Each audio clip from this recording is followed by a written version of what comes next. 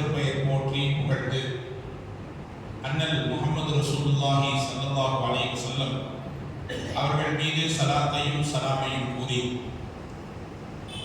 இந்த சிறப்பு மிகுந்த மாதத்திலே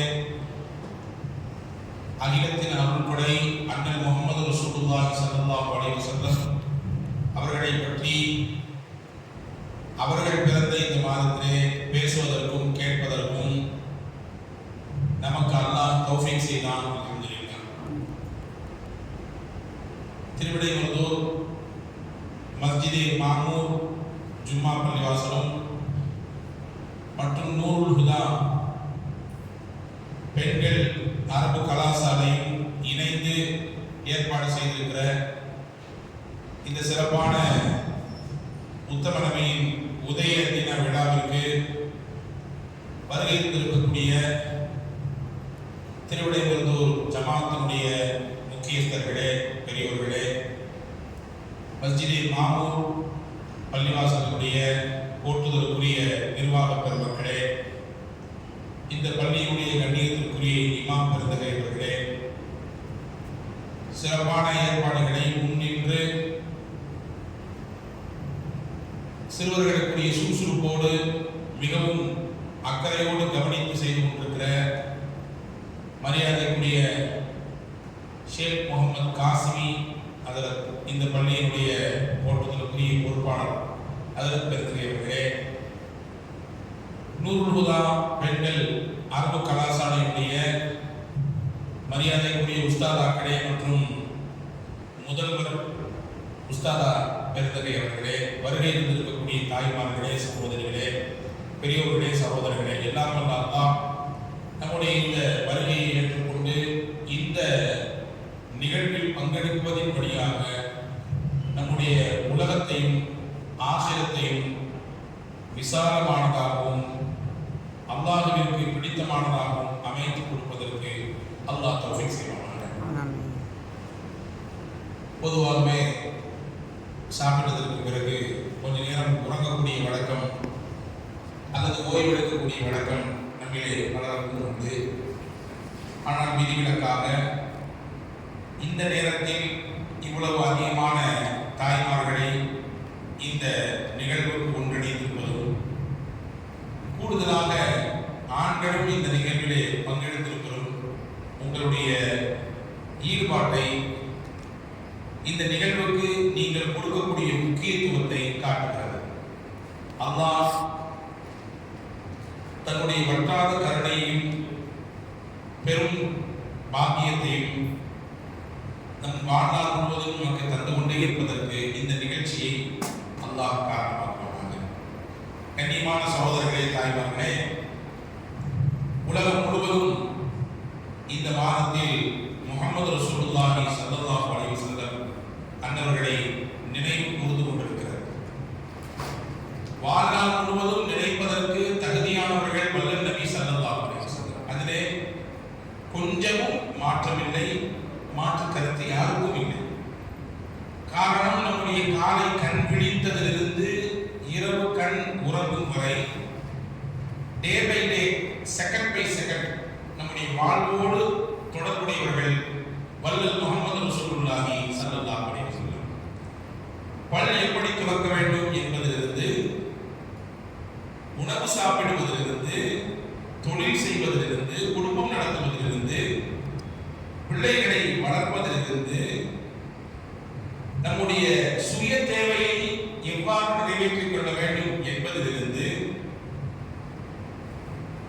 இப்படி வாழ்க்கையோடு தொடர்புடைய எல்லாவற்றுக்கும் வழிகாட்டியாக, ஒரு முன்னுதாரணமாக, ரோல் மாடலாக இந்த உலகத்திற்கு வாழ்ந்துவிட்டு சென்ற பெருமை இன்னைக்கும் நம்முடைய செயல்களோடு, நம்முடைய மூச்சோடு, நம் பார்வையோடு வாழ்ந்து கொண்டிருப்பவர்கள் முஹம்மது ரசூலுல்லாஹி ஸல்லல்லாஹு அலைஹி வஸல்லம். வாழ்க்கை முழுக்க பேசணும், வருஷமெல்லாம் பேசணும், வருஷமெல்லாம் அவர்களை குறித்து நினைக்க வேண்டும். குறிப்பாக அவர்கள் பிறந்த இந்த மாதத்தில் நினைப்பதும் பேசுவதும், அவர்களை புகழ்வதும், அவர்களுக்காக வேண்டி கவிதை பாடுவதும், அவர்களை நினைவு கூர்ந்து அவர்களுக்காக வேண்டி விழா எடுப்பதும் உள்ளபடியே இயற்கையான ஒன்றுதான். ரமதான் பற்றி பேசுவோம்.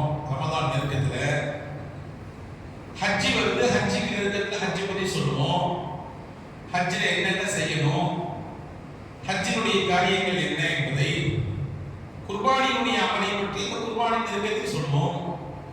வருஷங்களுக்கு குர்பானை பற்றி பேசக்கூடாதுன்னு இருக்கா என்ன? வருஷமெல்லாம் ஹஜ்ஜை பற்றி பேசக்கூடாதுன்னு இருக்கா என்ன? ரமலானை பற்றி வருஷமெல்லாம் பேசக்கூடாதுன்னு இருக்கா என்ன? பேசலாம்.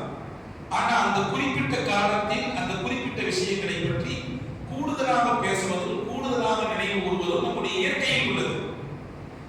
வருஷமெல்லாம் முஹம்மது ரசூலுல்லாஹை பற்றி பேசுகிறோம், நினைக்கிறோம். அவர்களின் சுன்னத்துகளை முடிந்த அளவுக்கு ஒவ்வொருவரும் பின்பற்ற முயற்சிக்கிறோம்.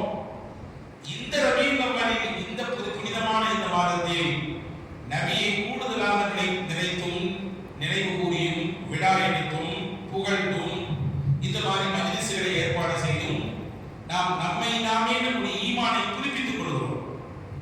நமக்கும் நம் தூதர் முஹம்மது ரசூலுல்லாஹுக்குமான அந்த தொடர்பை, அந்த நெருக்கத்தை இன்னும் அதிகரித்துக் கொள்வதற்கான முயற்சியை செய்கிறோம். அவ்வளவுதான், இல்லையா? எனவே அன்பான சகோதரர்களே, அந்த முயற்சியில் நாம் எல்லாம் ஒன்று கூடியிருப்பது இது அல்லாஹ்வுடைய பேரருள் என்பதை நாம் கவனம் கொள்ள வேண்டும். கிட்டத்தட்ட 14 நூற்றாண்டுகளை தாண்டிவிட்டது ரசூலுல்லாஹ் வாழ்ந்து இந்த உலகத்தை விட்டு மறைந்தார். ஆனால் 14 நூற்றாண்டுக்கு பின்னாலும் ரசூலுல்லாஹி ஸல்லல்லாஹு அலைஹி வஸல்லம் உலகத்தினுடைய முக்கியமான இடத்தில் பேசுபொருளாகவே இருக்கிறார்கள். இன்னைக்கு வரைய உலகத்தின் 4ஆம் பாகத்திலும் முஹம்மது என்ற பெயரை உச்சரிக்கக்கூடியவர்கள் இல்லாமல் இல்லை. பிறக்கக்கூடிய பிள்ளைகளுக்கு அதிகமாக என்ன பெயர் வைக்கப்படுகிறது என்று சமீபத்தில் ஒரு ஆய்வு எடுத்தாங்க. முகம்மதுன்றது தான் அதிகமா பெயர் வைக்கப்படுது. உலகத்தில் அதிகமான குழந்தைகளுக்கு என்ன பெயர் வச்சிருக்காங்க பேரண்ட்ஸ்? உலகத்துல கோடிக்கணக்கான பிள்ளைகள் பிறக்குது வருஷத்துல. இந்த வருஷம் பிறந்த பிள்ளைகளுக்கு அதிகமா என்ன பெயர் சூட்டப்பட்டிருக்கிறதுன்னு சொல்லி 2024-25 கணக்கு எடுக்கிறார்கள். அதில் முதல் இடத்தில் இருக்குது முஹம்மத் என்று பெயர் வைத்திருக்கிறார்கள். யார் அந்த முஹம்மத்?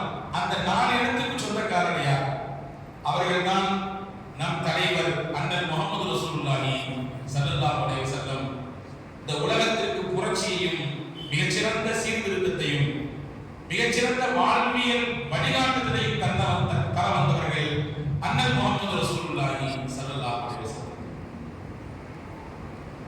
அமெரிக்காவில் கலிபோர்னியா சொல்லி ஒரு இடம் இருக்கு. அந்த கலிபோர்னியாவுக்குள்ள ஒரு பள்ளிக்கூடத்தில் நடந்த செய்தியை நான் உங்களுக்கு பகிர்ந்து விடுகிறேன். அங்கே இருக்கக்கூடிய ஆடை கலாச்சாரம் எப்படி இருக்கும் என்று நமக்கு யாரும் சொல்லித் தர வேண்டியதில்லை. அங்கே பள்ளிக்கூடத்திற்கு அதிகாலையிலேயே பிள்ளைகள் வர தூங்குகிறார்கள். அது அந்த வருடத்தினுடைய முதல் நாள் பள்ளிக்கூடம். அன்னைக்கு தான் ஸ்கூல் ஆனுவல் எக்ஸாம்லாம் முடிஞ்சு லீவ் விட்டு ரீஓபன் பண்ணிட்டாங்க. ரீஓபன் பண்ண உடனே இந்த பிரைமரி ஸ்கூல்ல பிள்ளைங்க புதுசா சேர்ந்துருப்பாங்க. அழுகாமையும் ஒரு மாதிரி இருக்குங்க. ஆரம்பத்தில் எல்கேஜிக்கு வரும் பொழுது போறியா போக வேண்டாமா என்ன பண்றதுன்னு கையை பிசைஞ்சிட்டு மூக்க ஒழுங்கிட்டு அழுகாமையும் அப்படி ஒரு மாதிரி நிறைய இருக்கிற பிள்ளைங்க. அந்த பிரைமரி ஸ்கூல்ல இருக்கக்கூடிய டீச்சர்ஸ் இருக்காங்களே, ரொம்ப லாபகமா அந்த பிள்ளைகளை எப்படி கையாளுறது, அவங்களை எப்படி சமாதானப்படுத்துறது அப்படிங்கிற பக்குவத்தை ஓரளவுக்கு நிறைவா தெரிஞ்சு வச்சிருப்பாங்க. அப்போ அந்த முதல் கிளாஸ் முதல்ல எல்கேஜி யூகேஜி முடிச்சு 1ஆவது வகுப்பு வருது பிள்ளைங்க. டீச்சர் வந்த முதல் நாள் பாடம் எடுக்கிறார். எல்லாருடைய பேரையும் கேட்கிறார். பிள்ளைங்க எல்லாம் உங்களுடைய பேரை சொல்லுவோம். சரி, உங்களுடைய ஆம்பிஷன் என்ன, உங்களுடைய எதிர்கால கனவு என்ன சொல்லுங்க, யார் யாருக்கு என்னென்ன கனவு இருக்கோ சொல்லுங்க அப்படின்னு சொல்லி ஒவ்வொரு பிள்ளைங்க யார் உன்னுடைய விருப்பம் என்ன? நான் டாக்டர். உன்னுடைய விருப்பம் என்ன? நான் இன்ஜினியர். உன்னுடைய விருப்பம் என்ன? நான் ஒரு போலீஸ். உன்னுடைய விருப்பம் என்ன? நான் ஒரு லாயர். இப்படி ஒண்ணுனா அது நம்முடைய மனசுல பட்டதுதான் சொல்லுது. அப்படியே சுத்தி வரப்போது ஜெய்னப் அப்படின்னு ஒரு பொண்ணு. 1ஆவது வகுப்பு தான். 1ஆவது வகுப்பு படிக்கக்கூடிய ஜெய்னப் என்ற ஒரு பொண்ணு. அந்த பொண்ணுக்கு அந்த டீச்சர் கேட்கிறாங்க, உன்னுடைய விருப்பம் என்ன ஜெய்னப்? அந்த குழந்தை சொல்லிச்சு, ஐ அம் ஏ சஹாபா, நான் ஒரு சஹாபாவாக மாறணும் அப்படின்னு சொல்லிச்சு. டீச்சருக்கு ஒண்ணுமே புரியல. டாக்டர் கேள்விப்பட்டிருக்கோம், இன்ஜினியர் கேள்விப்பட்டிருக்கோம், லாயர் கேள்விப்பட்டிருக்கோம், போலீஸ் கேள்விப்பட்டிருக்கோம். சஹாபா, ஹூ இஸ் சஹாபா? சஹாபானா யாருமா? ஹூ இஸ் சஹாபா? சஹாபானா யாரு அப்படின்னு சொல்லி அந்த குழந்தைகிட்ட அந்த டீச்சர், அன்னைக்கு இருக்கக்கூடிய கிளாஸ் டீச்சர் கேட்குது. அந்த பச்சிலம் குழந்தை சொன்னது, ஐ எம் நாட் தி சஹாபா. சஹாபானா யாருன்னு எனக்கு தெரியாது. ஐ டோன்ட் நோ, எனக்கு தெரியாது. பட் அந்த சஹாபான்றவங்க இந்த மனித சமுதாயத்திலேயே ஆகச்சிறந்த மனிதர்கள், அது மட்டும் எனக்கு தெரியும். சஹாபானா யாருன்னு எனக்கு முழுமையான புரிதல்லாம் கிடையாது. ஆனா எனக்கு தெரியும், இந்த உலகத்துல வாழ்ந்த மனிதர்களில் ஆகச்சிறந்த தலைமுறை அவர்கள் என்று எனக்கு தெரியும் அப்படின்னு அந்த குழந்தை சொல்லிச்சான். அன்னைக்கு கிளாஸ் முடிஞ்சிருச்சு. எல்லாரும் இயல்பா கிளாஸ் விட்டு கலைஞ்சு அடுத்தடுத்த வகுப்புக்கு போனாங்க.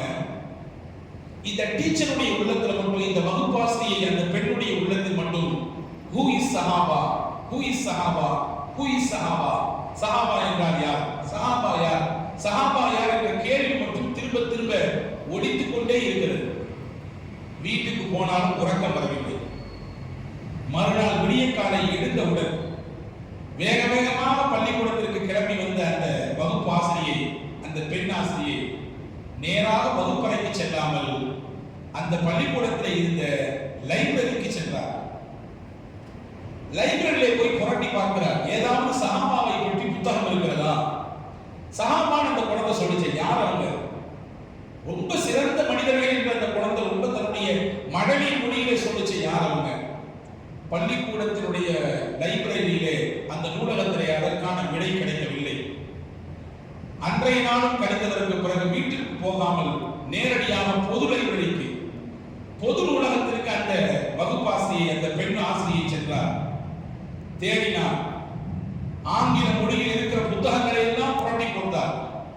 சஹாபா யார், சஹாபா யார், சஹாபா யார் என்ற கேள்வி மட்டுமே அவருடைய உள்ளத்தில் மறுபடியும் திரும்ப திரும்ப ஒலித்துக் கொண்டே இருந்தது. அங்கேயும் அவருக்கு அதற்கான பதில் கிடைக்கவில்லை. தன்னுடைய முஸ்லிம் தோழிகளை இப்பொழுது அணுக ஆரம்பித்தார். தன் முஸ்லிம் ஃப்ரெண்ட்ஸை கூப்பிட்டு, இந்த மாதிரி முந்தானது எங்க ஸ்கூல்ல ஒரு விஷயம் பேசிக்கிட்டு இருந்தோம். சின்ன பிள்ளை செய்தம் சஹாபியாக ஆகணும்னு சொல்லுச்சு. சஹாபானா யாரு? நீங்க சொல்லுங்க, நீங்க முஸ்லிம் தானே? நான் முஸ்லிம் இல்லை, நான் ஒரு கிறிஸ்துவத்தை பின்பற்றக்கூடிய ஒரு பெண். ஆனா அந்த குழந்தை சொன்ன அந்த வார்த்தையும், அந்த குழந்தையின் உடல் மொழியும், அந்த பாடி லாங்குவேஜும் எனக்கு மிகப்பெரிய ஈர்ப்பு கொடுத்துச்சு. அவங்க யாரும் தெரிஞ்சுக்கணும்னு ஆசையா இருக்கு. அந்த முஸ்லிம் தோழிகள் சொன்னார்கள், சஹாபா என்பவர்கள் எங்கள் முகமது ரசூலுல்லாஹி ஸல்லல்லாஹு அலைஹி வஸல்லம் அவர்கள் காலத்தில் வாழ்ந்து, நபிகளோடு பயணித்து, நபிகளோடு தங்கள் வாழ்க்கையில் இரண்டர கலந்து, அவர்களை ஏற்றுக்கொண்டு, கஷ்டத்திலும் நஷ்டத்திலும் தோள் கொடுத்து, எல்லா நிலையிலும் நபிகளுக்காக வேண்டி, இந்த சத்திய இஸ்லாத்திற்காக வேண்டி தங்களை அர்ப்பணம் செய்து கொண்ட ஒரு அற்புத சமூகத்தின் ஒரு பொது பெயர் தான் சஹாபா. சரி, அந்த சஹாபாக்களை பத்தி நான் தெரிஞ்சுக்கணும். அதுக்கு முன்னாடி முகமதுனா யாரு? முகமதோடு தான் இருந்தாங்கன்னா அந்த முகமது யாரு? முகமது என்பவர்கள் அல்லாஹ்வின் இறை தூதர். அவர் ஒரு ப்ராஃபட், இறைவனால் அனுப்பப்பட்ட ஒரு இறை தூதர். அவர் உலகத்திற்கு சீர்திருத்தத்தை சொல்ல வந்தார், சத்தியத்தை நிலைநாட்ட வந்தார். அசத்தியம் என்றும் சத்தியத்தை உண்மை என்றும் சத்தியம் என்றும் உறக்கச் சொல்லி உண்மையின் பக்கம் மக்களை அழைத்தார். அவரால் ஏற்பட்ட புரட்சிகள் உலகத்தில் ஏராளம் நடந்தது. பெண்களுக்கான புரட்சி நடந்தது. அனாதைகளுக்கு எதிராக நடைபெற்ற அனாச்சாரங்கள் எல்லாம் ஒழிந்தது. பெண் பிள்ளைகளுக்கு எதிராக நடைபெற்றுக் கொண்டிருந்த மூட நம்பிக்கைகளை எல்லாம் புனித கொண்டி புதைத்தார். இப்படின்னு முகமது நபியை பத்தி நீட்டி முழங்கிய அந்த தோழிகள் சொன்னவுடன், இந்த டீச்சருக்கு, இந்த கலிபோர்னியாவுடைய அந்த பள்ளிக்கூடத்தினுடைய வகுப்பாசிரியைக்கு மேலும் மேலும் புலாங்கிரம் அடையுது. கைகாலெல்லாம் புல்லரிக்குது. இப்போ அந்த பெண்மணியுடைய சிந்தனையில் இருப்பது, ஹூ இஸ் முகமது? முகமது யார்? சஹாபானா அந்த முகமதோடு இருந்தாங்கன்னா, இப்போ முகமதை பத்தி தெரிஞ்சா சஹாபாவை பத்தி தெரிஞ்சிடும். முகமது யார் என்று தேடினார். எல்லா லைப்ரரிகளிலும் நூலகங்களிலும் முகமது ப்ராஃபட் என்கின்ற புத்தகம் இருக்கிறது. அப்படியே அவர்கள் வரலாற்றுக்குள்ளே மூழ்கினார். கடைசியில் அந்த வரலாற்றை முடிக்கும் பொழுது அந்த பெண்மணி முகமது ரசூலுல்லாஹை ஏற்றுக்கொண்ட ஒரு முஸ்லிம் பெண்ணாக மாறினார் என்பது மட்டுமல்ல, சில மாதங்களுக்கு பிறகு மறுபடியும் கலிபோர்னியாவில் இருக்கக்கூடிய அதே பள்ளிக்கூடத்திற்கு அந்த பெண் வருகிறார். ஆரம்பத்தில் அந்த பெண்ணினுடைய ஆடையின் அமைப்பு வேற மாதிரி இருந்துச்சு. ஆனா ஒரு 3 மாசத்துக்கு பின்னாடி அந்த பெண்மணி முழு ஆடையாக ஃபர்தாவை போட்டுக்கொண்டு தன்னுடைய உடல் முழுவதையும் மறைத்துக் கொண்டு ஒரு இஸ்லாமிய பெண்ணின் தோற்றத்திலே வருகிறார். பலருக்கும் ஆட்சியும் யாருக்கு புதுசா இருக்குதுன்னு பார்த்தா அந்த பழைய வகுப்பாசிரியை தான், பிரைமரி வகுப்பிலே இருந்த அந்த பெண் ஆசிரியை தான் என்பதை புரிந்து கொண்டார்கள். இங்கே சொல்ல வரக்கூடிய செய்தி என்னன்னா, முகமது ரசூலுல்லாஹ்வின் வாழ்க்கை பலருடைய வாழ்க்கையை புரட்டி போட்டிருக்கிறது.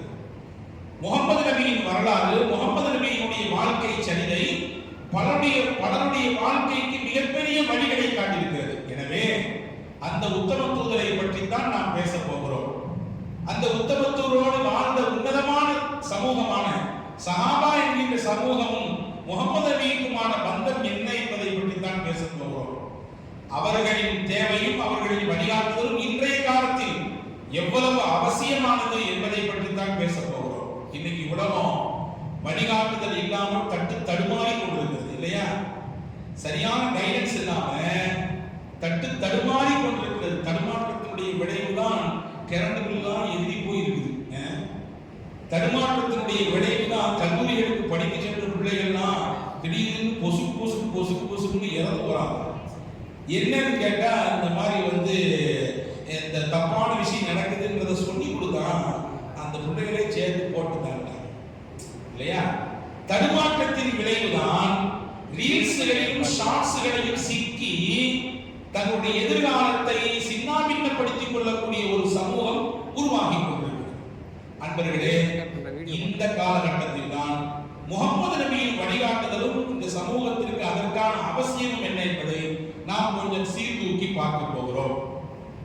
அன்பான சகோதரிகளே, அருமை தாய்மார்களே, நபி ஸல்லல்லாஹு அலைஹி வஸல்லம் அவர்கள் எப்படியான ஒரு வாழ்க்கை முறைக்கு சொந்தக்காரர், எவ்வளவு அழகான வாழ்க்கை முறைக்கு சொந்தக்காரர் பாருங்கள். ஒரு சிறு உதாரணத்தை சொல்லி நான் துவங்குகிறேன். மதீனாவுக்குள்ள ரசூலுல்லாஹ் என்ட்ரி ஆனார். மதீனாவுக்குள்ள வரும் பொழுது எல்லாரும் எங்க ஊர்ல தான் முகமது நபி தங்கணும், அந்த ஒட்டகத்தினுடைய கையை பிடிச்சி இழுக்கிறாங்க. நபி சொன்னாங்க, தஹா ஃபஇன்னஹா மஅமூரா, யாரும் பிடிச்சி கட்டாயப்படுத்தாதீங்க, அதுக்கு தெரியும் எங்க போய் உட்காரணும், என்னுடைய வாகனம் எங்கே போய் இருக்கிறதோ அதுதான் நான் தங்குவதற்கான இடம், அதனால யாரும் கட்டாயப்படுத்தாதீங்க, அது போய் உட்கார்ந்த இடத்துல உட்காரும். யாரும் பிடிக்கல. அந்த ஒட்டகம் அப்படியே நடந்து போய் அதர் செய்தா அபூ அய்யூப் அல் அன்சாரி ரலியல்லாஹு வீட்டின் வாசலில் அந்த முற்றத்தில் போய் அமர்ந்து கொண்டார். ஸல்லல்லாஹு அலைஹி வஸல்லம் சொன்னாங்க, இந்த ஊடி யார் ஊடு? அபூ அய்யூப் அல் அன்சாரி. அப்ப இங்க தான் தங்கணும்ன்றது அல்லாஹ்வுடைய விருப்பம். அல்லாஹ்வுடைய விருப்பம்.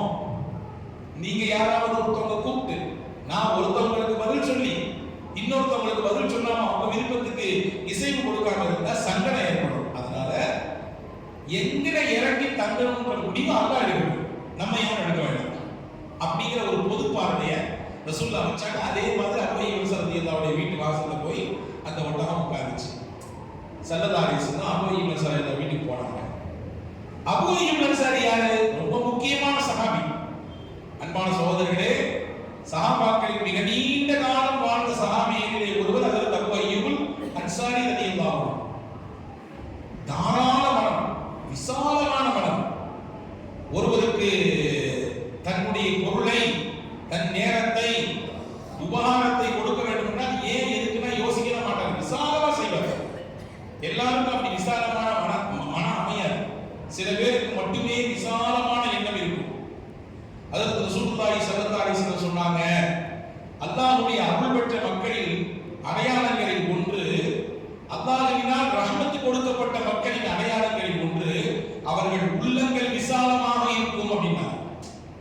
அவங்க வீடு விசாலமா இருக்கோ இல்லையோ, அவங்களுடைய கல்வி இருக்கும் விசாலமா இருக்கும். பிராடா சிந்திப்பாங்க, குறுகிய பார்வை அவங்களுக்கு இருக்காது. எதையுமே நல்ல விசாலமாக ஒரு நல்ல ஒரு பார்வையோடு பார்ப்பார்கள். இது அல்லாஹ்வின் அருள் பெற்ற மக்கள் என்பதற்கு அடையாளம். அப்போ இவர்கள் சாதிகள் அப்படிப்பட்டவங்க தான் ரசூலுல்லாஹ் கூட்டி வந்து சொன்னாங்க, யா ரசூலுல்லாஹ், நீங்க எங்க வீட்ல மெத்தையில தங்கிக்கங்க, நாங்க கீழே. மெத்தைன்னா இன்னைக்கு இந்த மாதிரி கான்கிரீட் வீடுலாம் கிடையாது. ஒரு அமைப்பான ஒரு வீடு, கீழ் ஒரு தளம், மேல் ஒரு தளம். மேல் தளத்திற்கு போவதற்கு ஒரு சின்ன படிக்கட்டு, மேல் தளத்தில் எல்லாம் முழுமையாக மறைக்கும் விதத்தில் எல்லாம் சுவர்கள் எல்லாம் அமைக்கப்படவில்லை. மேல் தளம் நம்ம புரியுற மாதிரி உங்களுக்கு சொல்லணும் சொன்னா, நம்ம ட்ரெயின்ல பயணிக்கும் பெர்த் இருக்கா, கீழே ஒரு பெர்த் மேல ஒரு பெர்த். இதே மாதிரி கீழ் ஒரு தளம் மேல் ஒரு தளம், குறுக்கு எல்லாம் செவரெல்லாம் கிடையாது. அதற்கு ரசூலுல்லாஹ் விண்ணப்பம் வச்சாங்க. அப்போ இவங்க அன்சார் ரலியல்லாஹு, யா ரசூலுல்லாஹ், நீங்க மேல இருக்கணும், நாங்க கீழே. இப்ப நபி சொன்னாங்க, நான் புதுசா அந்த ஊருக்கு வந்திருக்கிறேன், பல மக்கள் என்னை வந்து சந்திப்பாங்க, விருந்தினர் வருவாங்க, என்ன பேசுவாங்க கொள்வாங்க. நான் மேலே இருந்தேன்னு சொன்னா வரவங்களுக்கும் சிரமம், கீழே இருக்கக்கூடிய உங்களுக்கும் சிரமம். அதனால தாங்க நீங்க மேல இருங்க, நீங்க மேல இருங்க, நாங்க கீழே. அன்பான சகோதரர்களே, அப்போ இவங்க அன்சார் ரலியல்லாஹு இப்ப பதில் சொல்லல. அல்லாஹ்வுடைய நபியினுடைய உத்தரவுக்கு கட்டுப்படுறதா, அதவே இருக்கிறதா? ஆர்டர், ரசூலுல்லாஹ்வுடைய ஆர்டர் என்ன? நீங்க மேல இருங்க, நான் கீழே இருக்கேன். அதவு என்ன? ரசூலுல்லாஹ்வை கீழே வச்சு நம்ம மேல இருக்கிறது, இது அதவு. பெரியவங்க நீங்க எல்லாம் கீழே உட்காரும்போது நான் மேல உட்காரலாமா அப்படின்னு எனக்கு மனசு கொடுத்துதான் செஞ்சது. இதுதான் அஜெண்ட் உட்கார சொல்லாதான் உட்கார்ந்துருக்கேன். நீங்க எல்லாம் அப்பா அம்மாலாம் வந்து கீழே இருக்கும்போது நான் மேல இருக்கிறது நல்லதா? சரியா? படிச்சவங்க நீங்க கீழே உட்கார்ந்து நான் மேல இருக்கலாமா? சொல்லுவா இல்லையா? இதே மாதிரி அருமை நாயகம் ஸல்லல்லாஹு அலைஹி வஸல்லம் நீங்கள் கீழே இருக்க, நாங்க மேல இருக்கிறது அதவு குறையாச்சே, அது ஒழுங்கீனமாச்சே அப்படின்னு ஹஜ்ரத் அபூ அய்யூப் அன்சாரி ரலியல்லாஹு அன்ஹு உள்ளத்திலே ஓடுகிறது. ஆனால் அதவு இருக்கிறதா, ஆர்டர் இருக்கிறதா தான் முஹம்மது ரசூலுல்லாஹ்வுடைய ஆர்டர் கேட்கணும். அவங்களுடைய உத்தரவு என்னவோ அதை கேட்கணும். பதில் பேசக்கூடாது, ரசூலுல்லாஹ்வுக்கு கருத்து சொல்லக்கூடாது. அபூ அய்யூப் அன்சாரி நாயகமே உத்தரவு, நீங்க சொன்ன மாதிரியே தாங்க கீழே இருக்கு, நானும் என் மனைவி மேல போயிருக்கேன். மேல போயிட்டாங்க. வரலாறு சொல்லுதுங்க, முகமது ரசூலுல்லாஹி அந்த ஒப்பற்ற சஹாபா சமூகம் எப்படி காதல் பண்ணியிருக்கிறார்கள் என்று பாருங்கள். எவ்வளவு தூரம் அவர்கள் உள்ளபடியே மனதை கொடுத்து பறிகொடுத்து வாழ்ந்திருக்கிறார்கள் பாருங்கள். மனைவியும் கணவனும் பேசிக்கிறாங்க, ஏம்மா கீழே உலகத்தின் தூதர் முகமது ஸல்லல்லாஹு அலைஹி வஸல்லம் இருக்காங்க, அவங்கள மேல வச்சு அவங்கள கீழே வச்சு நம்ம எப்படிமா தூங்குறது அப்படின்னு பேசிக்கிட்டே இருக்கும் பொழுது கையில ஒரு தோல் பாத்திரம் வச்சிருந்தாங்க. அந்த தோல் பாத்திரத்துல இந்த தண்ணி அப்படி கொஞ்சம் கொஞ்சமா லீக்கேஜ் ஆகி மேல ஃபுல்லா அவங்க இந்த மெத்த ஃபுல்லா தண்ணியா நிரம்பி போச்சு. இவங்களுக்கு என்ன பதட்டம், இந்த தண்ணி சொட்டி ஆகி ரசூலுல்லாஹ் மேல விழுந்து அவங்க தூக்கத்தை கலைச்சிட கூடாது. நபி ஓய்வு எடுக்கிறாங்களே, மக்கால இருந்து பயணிச்சு வந்திருக்காங்க. இன்னைக்கு மக்கால இருந்து மதீனாவுக்கு சர்வ சாதாரணமாக ஒரு 4 மணி நேரம் 4.5 மணி நேரத்தில் பஸ்ஸிலே 4 சக்கர வாகனத்தில் பயணித்து விடலாம். புல்லட் ட்ரெயின்ல போனா ஒரு 2 மணி நேரத்துல சாதனை கிராஸ் பண்ணிடலாம் இல்லையா? ஆனா பெருமானார் ஸல்லல்லாஹு அலைஹி வஸல்லம் அன்னைக்கு எத்தனை நாட்கள் பயணித்து வந்தார்கள்? வரலாறு சொல்கிறது 13 நாட்கள் பயணித்தார்கள். மக்காவில் இருந்து மதீனாவுக்கு அவர்கள் எடுத்துக்கொண்ட அந்த பயணத்தின் கால அளவு 13 நாட்கள். கொஞ்சம் கொஞ்சமா டிராவல் பை டிராவல் கொஞ்சம் கொஞ்சமா கிராஸ் பண்ணி மதீனாவுக்கு வந்து சேரத்துக்கு 13 நாட்கள் பிடித்தது.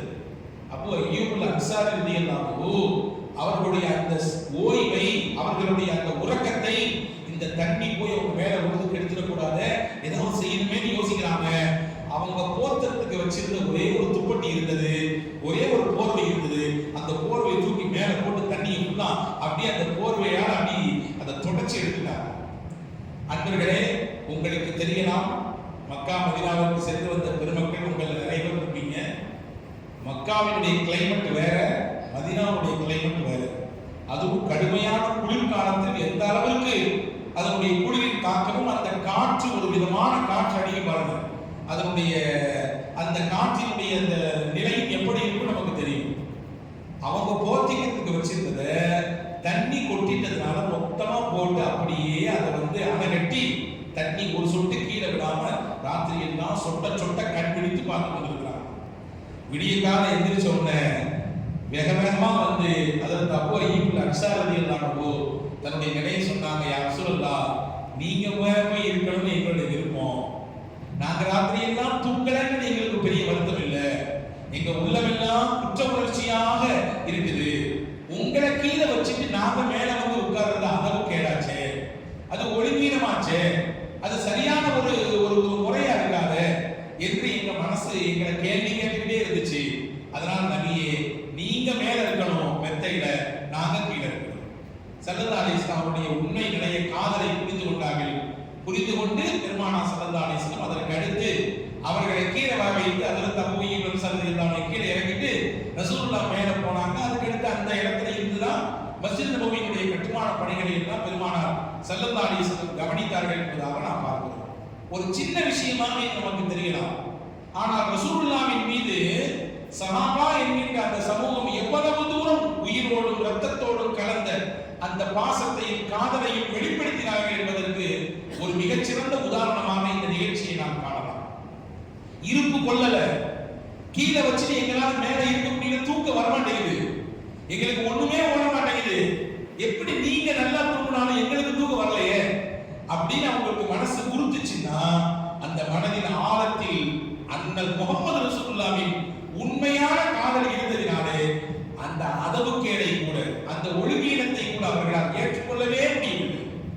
அதை மிகப்பெரிய விஷயமாக அவர்கள் பார்த்தார்கள் என்பதை நாம் இங்கே புரிந்து கொள்கிறோம். செய்தினா உமர் ரலியல்லாஹு அன்ஹுடைய காலகட்டம், உமர் ரலியல்லாஹு கலீஃபாவாக கிட்டத்தட்ட ஒரு 10 வருஷ ஆண்டு இருந்தார். உமர் ரலியல்லாஹு அன்ஹுடைய வாழ்க்கை சரிதையெல்லாம் நிச்சயமா நம்ம எடுத்து படிக்க வேண்டிய எக்கச்சக்கமான பாடங்கள் நிறைந்த ஒரு பகுதி அது. உமர் ரலியல்லாஹுவை பற்றி நிறைய புத்தகங்கள் வந்திருக்கிறது. வாய்ப்பு இருந்தால் உங்கள் வீடுகளிலே உமர் சத்தாம் என்கின்ற ஒரு நூல் இருக்குது, ரொம்ப அற்புதமான புத்தகம். அதில் சையத் சுலைமான் நத்வி ரஹ்மத்துல்லாஹி அவர்கள் எழுதியிருக்கிறார்கள். ஷிப்லி நுஅமானி சொல்லக்கூடிய ஒரு மிகச்சிறந்த கல்வியாளர், கடந்த நூற்றாண்டில் வாழ்ந்தவர். ரொம்ப அற்புதமான புத்தகம் அது. உமர் சத்தாம் அந்த கிதாபு பேரு. ஒவ்வொரு பக்கத்திலும் ஏராளமான செய்திகள் உமர் ரலியல்லாஹு அன்ஹு. உமர் ரலியல்லாஹுடைய காலத்தில் எவ்வளவு பெரிய மாற்றங்கள் நடந்துச்சு. ஒரு 10 வருஷ ஆண்டு காலம் அவர்கள் கலீஃபாவாக இருந்து எவ்வளவு பெரிய மாற்றங்களை சமூகத்திற்கு செஞ்சாங்க என்பதையெல்லாம் அந்த புத்தகத்தில் அப்படியே பட்டியலிடுறார். அப்போ உமர் ரலியல்லாஹுடைய காலத்துல அவங்க ஒரு வெள்ளிக்கிழமை ஜும்மாவுடைய நாள், ஜும்மாவுக்கு என்ன செய்வாங்க, வீட்டுல இருந்து கிளம்பி பள்ளிவாசல் நல்ல உடை உடுத்தி நல்ல அத்தர்லாம் பூசி ஒரு சிறப்பான ஒரு தோற்றத்தை தான் பள்ளிக்கு வருவோம். யாரும் வேண்டாம் விருப்போடு வெள்ளிக்கிழமை பள்ளிக்கு வரதில்லையே. வெள்ளிக்கிழமை என்பது யௌமுல் ஜும்ஆ, யௌமுல் ஈதுல் ஃபுகராஇ வல் மசாகின், ஏழைகளின் திருநாள் இல்லையா, வசதி வாய்ப்பற்றவர்களின் பெருநாள். பெருமானார் ஸல்லல்லாஹு அலைஹி வஸல்லம் சொன்னாங்களே, அல் ஜும்அத்து இலல் ஜும்அத்தி கஃபாரத்துல் லிமா பைனஹுமா. ஒரு ஜும்மாவில் ஒருவர் கலந்து கொண்டார், அடுத்த ஜும்மாவுக்கு வரை மறுபடியும் அந்த ஜும்மாவுக்கு வந்தால் இடைப்பட்ட நாட்களில் இருக்கக்கூடிய பாவங்களுக்கு அந்த ஜும்மாவே எல்லா பாவங்களையும் மன்னித்து. ஜும்மா என்பது மிக முக்கியமான ஒரு வணக்கம், ஒரு நாள். அதனால ரொம்ப சந்தோஷமா பள்ளிவாசலுக்கு நல்ல உடை உடுத்தி கொண்டு அதில் துமரதி எல்லாருக்கும் கிளம்பி வர்றாங்க. வர்ற வழியில மஸ்ஜித் நபவிக்கு அருகாமையில ஒரு பைப்ல இருந்து ஒரு குழாம் வச்சுக்கல, வீட்டுல இருந்து கழிவு வெளியேறுவதற்கு மாடியிலிருந்து தண்ணிலாம் வர்றதுக்கு ஒரு சின்ன குழாம் வச்சுக்கோல, அந்த மாதிரி ஒரு குழால இருந்து தண்ணி வந்து உமரதி எல்லாருடைய ட்ரெஸ்ல பட்டது. உமரதி எல்லாருடைய ஆடையில பட்ட உடனே பார்த்தாங்க, இது என்ன குழாய்னு கேட்டாங்க. அப்ப அங்க நடமாடிட்டு 2 பேர் சொன்னாங்க, அப்பாஸ் ரலியல்லாஹு வீட்டுல அவங்களுடைய மெத்தையில் இருக்கக்கூடிய தண்ணி வடிகிறதுக்காக குழாய், இந்த குழாய் வேண்டாம் எடுத்துங்க. என்ன குழாய் இது?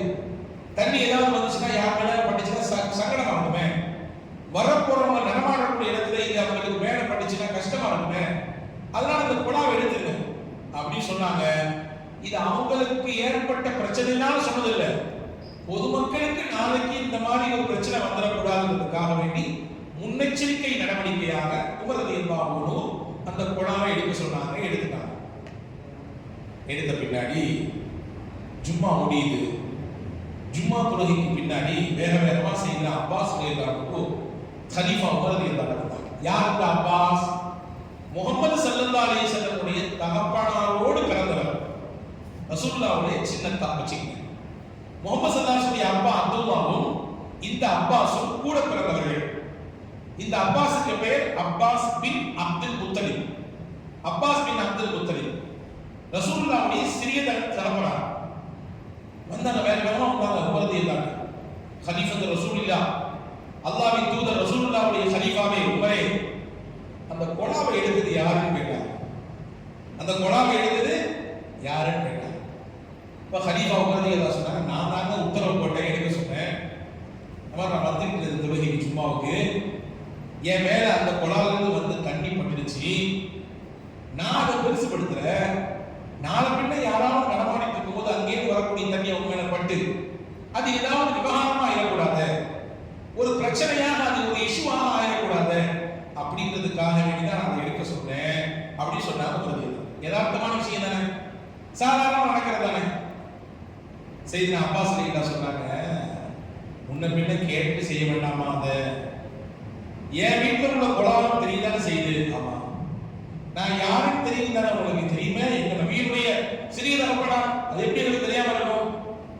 அந்த கொலாவை யார் வச்சாங்கன்னு உங்களுக்கு தெரியுமா அப்படிங்கிற. அது தெரியாதுங்க. அப்போ கேட்கணும்ல, என்ன எடுக்கிறதுக்கு முன்னாடி என்ன கேட்கணுமா வேண்டாமா? யார் வச்சாங்க என்ன ஏன்னு கேட்டாங்க. செய்தினா உமர் ரலியல்லாஹு அன்ஹு செய்தினா அப்பாஸ் ரலியல்லாஹு அன்ஹு சொன்னாங்க, ஒரு நாள் மதீனால கடுமையான மழை பெய்யுது.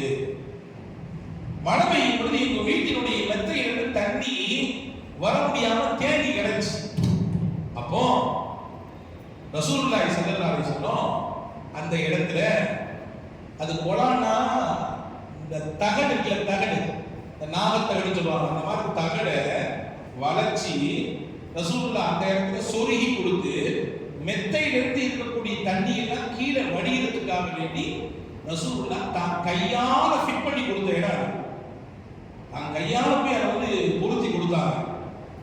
நான் அதை பார்க்கும் பொழுதெல்லாம் என் நபி எனக்கு ஞாபகம் வருவாங்க. அப்பாஸ் சொல்றாங்க, அந்த இடத்தை பார்க்கும் பொழுதெல்லாம் என் நபி எனக்கு ஞாபகம் வருவாங்க. இன்னைக்கு நம்ம வீட்டுல அப்பா அத்தா இருந்திருப்பாங்க, அம்மா இருந்திருப்பாங்க, நம்முடைய குடும்பத்தினுடைய முக்கியமான நபர் இருந்திருப்பாங்க. அவங்க பயன்படுத்துற ஏதாவது ஒரு பொருள் அடையாளமா நம்ம வீட்டுல இருக்கும். அதை பார்க்கிற நேரம்லாம் எனக்கு அத்தா ஞாபகம் வருது. அத்தா படுத்திருந்த அந்த கட்டில பார்க்கும் பொழுது, அந்த ஈச்சரை பார்க்கும் பொழுது எனக்கு அத்தா முகம் மனதில் வந்துட்டு போயிட்டே இருக்குது. அவர் யூஸ் பண்ண அந்த கை சைக்கிளை பார்க்கும்போது, பைக்கை பார்க்கும்போது அவர் ஏறி போன மாதிரியே எனக்கு சிந்தனை வருது. அவர் உட்கார்ந்துருக்க மாதிரியே எனக்கு வருது. சொல்றமா இல்லையா? இப்ப அவர் நமக்கு விருப்பமான ஒருவர் பயன்படுத்திய ஒரு பொருள் அவர் போனதற்கு பிறகு நம் வீட்டிலோ அல்லது நம்முடைய உடைமைப்பட்ட இடத்திலோ இருந்தால் அதை பார்க்கும் பொழுதெல்லாம் அவருடைய சிந்தனையும் நினைப்பும் வருவது இயல்பானது. அதை நினைச்சு, சரி இந்த பைக்கில் தான் நாங்கள் 2 பேரும் போனோம், சரி இந்த சட்டையை தானே எங்க அத்தாக்கு நான் முதல்ல வாங்கி கொடுத்தேன், அவர் போட்டாரே நினைக்கலாமா இல்லையா? அதற்கு அப்பா சொல்றாங்க, அந்த கொலாவை பார்க்கிற போதெல்லாம் நான் நினைப்பேன், என் நபி எனக்காகவே நீ வச்சு கொடுத்ததாச்சே, அந்த கொலா எனக்காகவே நீ வச்சு கொடுத்ததாச்சே அப்படின்னு நினைச்சு நினைச்சு நான் உலகாங்கிலம் அடைவேன், ஆனந்தப்படுவேன். அந்த கொலாவை நீங்க எடுத்துக்கிறங்க அப்படின்னா, என் நபி எனக்காண்டி வச்சு கொடுத்த அந்த கொலாவை நீங்க உருவிட்டீங்க அப்படின்னு அப்பா சொல்லிட்டாங்க. அதற்கு உமரது இல்லாம கேட்க மன அழுகுறாங்க. உமரது இல்லாம ஒரு ஆளுமை மிக்க மனிதர். நம்ம சொல்லுவோம்ல அஞ்சா நெஞ்சன்னு சொல்லுவோம்ல, அந்த மாதிரி அஞ்சா நெஞ்சன் அதற்கு உமர். யாருக்குமே எந்த பழி சொல்லக்கூடிய சொல்லையும் அவர்கள் கண்டுகொள்ளவே மாட்டாங்க. என்னமும் நீ பேசிக்கோ, என்ன கமாண்டும் போடு, என்ன ஷேரும் பண்ணிக்கோ, அதை பத்தி எனக்கு எந்த கவலையும் இல்லை. நான் சத்தியத்தில் இருக்கேன். நான் சொல்ல வேண்டியது சொல்லதான் செய்வேன், நான் தடுக்க வேண்டியது தடுக்கத்தான் செய்வேன். எது உண்மையோ அதை நான் பேசத்தான் செய்வேன், எது நேர்மையோ அந்த வழியில நான் நடக்கத்தான் செய்வேன். நீங்க எப்படியும் போட்டு போங்க, என்ன மாதிரி கழிவு ஊத்துங்க, என்ன மாதிரி கமெண்ட் பண்ணுங்க, எப்படியும் ஷேர் பண்ணிக்க போங்க, எனக்கு ஒரு பிரச்சனை இல்லை அப்படின்ற மாதிரி மனநிலையில் உள்ள கதை உமரது தான். சாதாரணப்பட்ட ஆள்லாம் இல்லை. செய்தா உமரது தான் எதற்கும் துணிந்தவர்கள். எனவேதான் அதற்கு அரசமரதியல்லாவுடைய வீட்டுக்குள்ள உமரதியல்லாவுடைய இஸ்லாமிய காலகட்டம் அது. அப்படி வீரதீரமா இளம் வயதில் இருந்தவங்க. கப்பாப் ரலியல்லாஹுடைய குர்ஆனுடைய வசனங்களை கேட்டு முகமது எங்க இருக்கிறாங்கன்னு கேட்கிறாங்க உமர். இந்த மாதிரி சஃபா மலைக்கு பக்கத்துல அர்க்கம் அப்படின்னு ஒருத்தர் இருக்காரு. அவருடைய வீட்டுல தான் ரகசியமா உட்கார்ந்து மார்க்கத்தை போதிச்சிட்டு இருக்காங்க, மார்க்கம் படிச்சிட்டு இருக்காங்க மக்கள்னா, அங்க போனா முகமதை பார்க்கலாமா? தாராளமா பார்க்கலாம். கிளம்பி விருது போனார். யாரு? உமர் ரலியல்லாஹு அன்ஹு. ரசூலுல்லாஹை கொல்ல வேண்டும் என்று வாளை எடுத்துக்கொண்டு சுரட்டி கொண்டு போன உமர் ரலியல்லாஹு அன்ஹு முகமது நபியை நேரடியாக சந்திக்க வேண்டும் என்று மனதில் ஒரு சின்ன மாற்றம், குர்ஆனை படித்தவுடன் அந்த குர்ஆன் ஏற்படுத்திய மாற்றம், நேராக ரசூலுல்லாஹை சந்திக்க போனார். அவர் கதவை தட்டி அந்த விதம் இருக்க உள்ள இருக்க ஹம்சா ரலியல்லாஹு கேட்டாங்களா, யா ரசூலுல்லாஹ் உமர் தான் வந்திருக்காரு. எப்படி சொன்னாங்க? அவர் தட்டின ஸ்டைல், நம்ம பையன் தான் வர்றான்றது காலடியை வச்சு கண்டுபிடிச்சு, கட்டாமதான் வர்றான், பெரியவன் தான் வர்றான், சின்னவன் சாஃப்டா வர்றான், நம்ம நடைய வச்சே கண்டுபிடிப்போம் இல்ல, குரலை வச்சே கண்டுபிடிப்போம். 2 வீட்டுக்கு தள்ளி நம்ம புள்ள வர்றான்றது, நம்ம சித்தப்பா வர்றான்றது, நம்ம பெரியதா வர்றான்றது, அவருடைய குரலை வச்சே அந்த ஆக்டிவிட்டி வச்சே நம்ம தெரிஞ்சுக்க முடியும். வந்துட்டார் கூட தெரியுது அப்படின்னு, தெருவுக்குள்ள வந்துட்டாரு, நம்ம ஏரியாவுக்குள்ள வந்துட்டாரு. தட்டை வச்சு அதுக்கு ஹம்சா சொன்னாங்க, யா ரசூலுல்லாஹ் இது உமர் ரலியல்லாஹுடைய தட்டு தான், அதனால நான் போறேன். உமருக்கு ஈக்குவலான வீரத்திலும் ஆளுமையிலும் பெயர் பெற்றவர்கள் செய்தனா ஹம்சா ரலியல்லாஹு, உஹதுடைய ஷஹீத் செய்தனா ஹம்சா சொன்னாங்க, நான் போறேன். நபி சொன்னாங்க, யார் போறேன்? நானே போறேன். கதவை திறந்தார்கள். சிங்கத்தை போல் கர்ஜித்துக் கொண்டிருந்தார் உமர் ரலியல்லாஹு அன்ஹு. ரசூலுல்லாஹ் என்ன செஞ்சாங்க? ஒண்ணுமே செய்யல. அவர் தோளை பிடிச்சாங்க, பிடிச்சு ஒரு ஆட்டம். என்ன உமர் இன்னும் நேரம் வரலையான்னு கேட்டாங்க. என்ன உமர் இன்னும் நேரம் வரலையான்னு கேட்டாங்க. உமர் ரலியல்லாஹு அஷ்ஹது அல்லா இலாஹ இல்லல்லாஹ் வ அஷ்ஹது அன்ன முஹம்மது ரசூலுல்லாஹ். சிங்கத்தை மாதிரி தட்டிக்கிட்டு கர்ஜித்து வந்தவர் ரசூலுல்லாஹ் கைப்பட்டவங்க அப்படியே சாந்த சுருபியாயிட்டார், அப்படியே கட்டுப்பட்டு போயிட்டார். ஹதீஸ்ல வந்து செய்தனா உமர் ரலியல்லாஹு அன்ஹு எவ்வளவு வீரமானவங்க, ஆனா ரசூலுல்லாஹ் அவரை பிடிச்சி ஒரு நாட்டை ஆடினாங்கல்ல, உமர் ரலியல்லாஹு சொல்றாங்க, என் மௌத் வரை அது வலிச்சுக்கிட்டே இருந்துச்சு எனக்கு அப்படின்னா.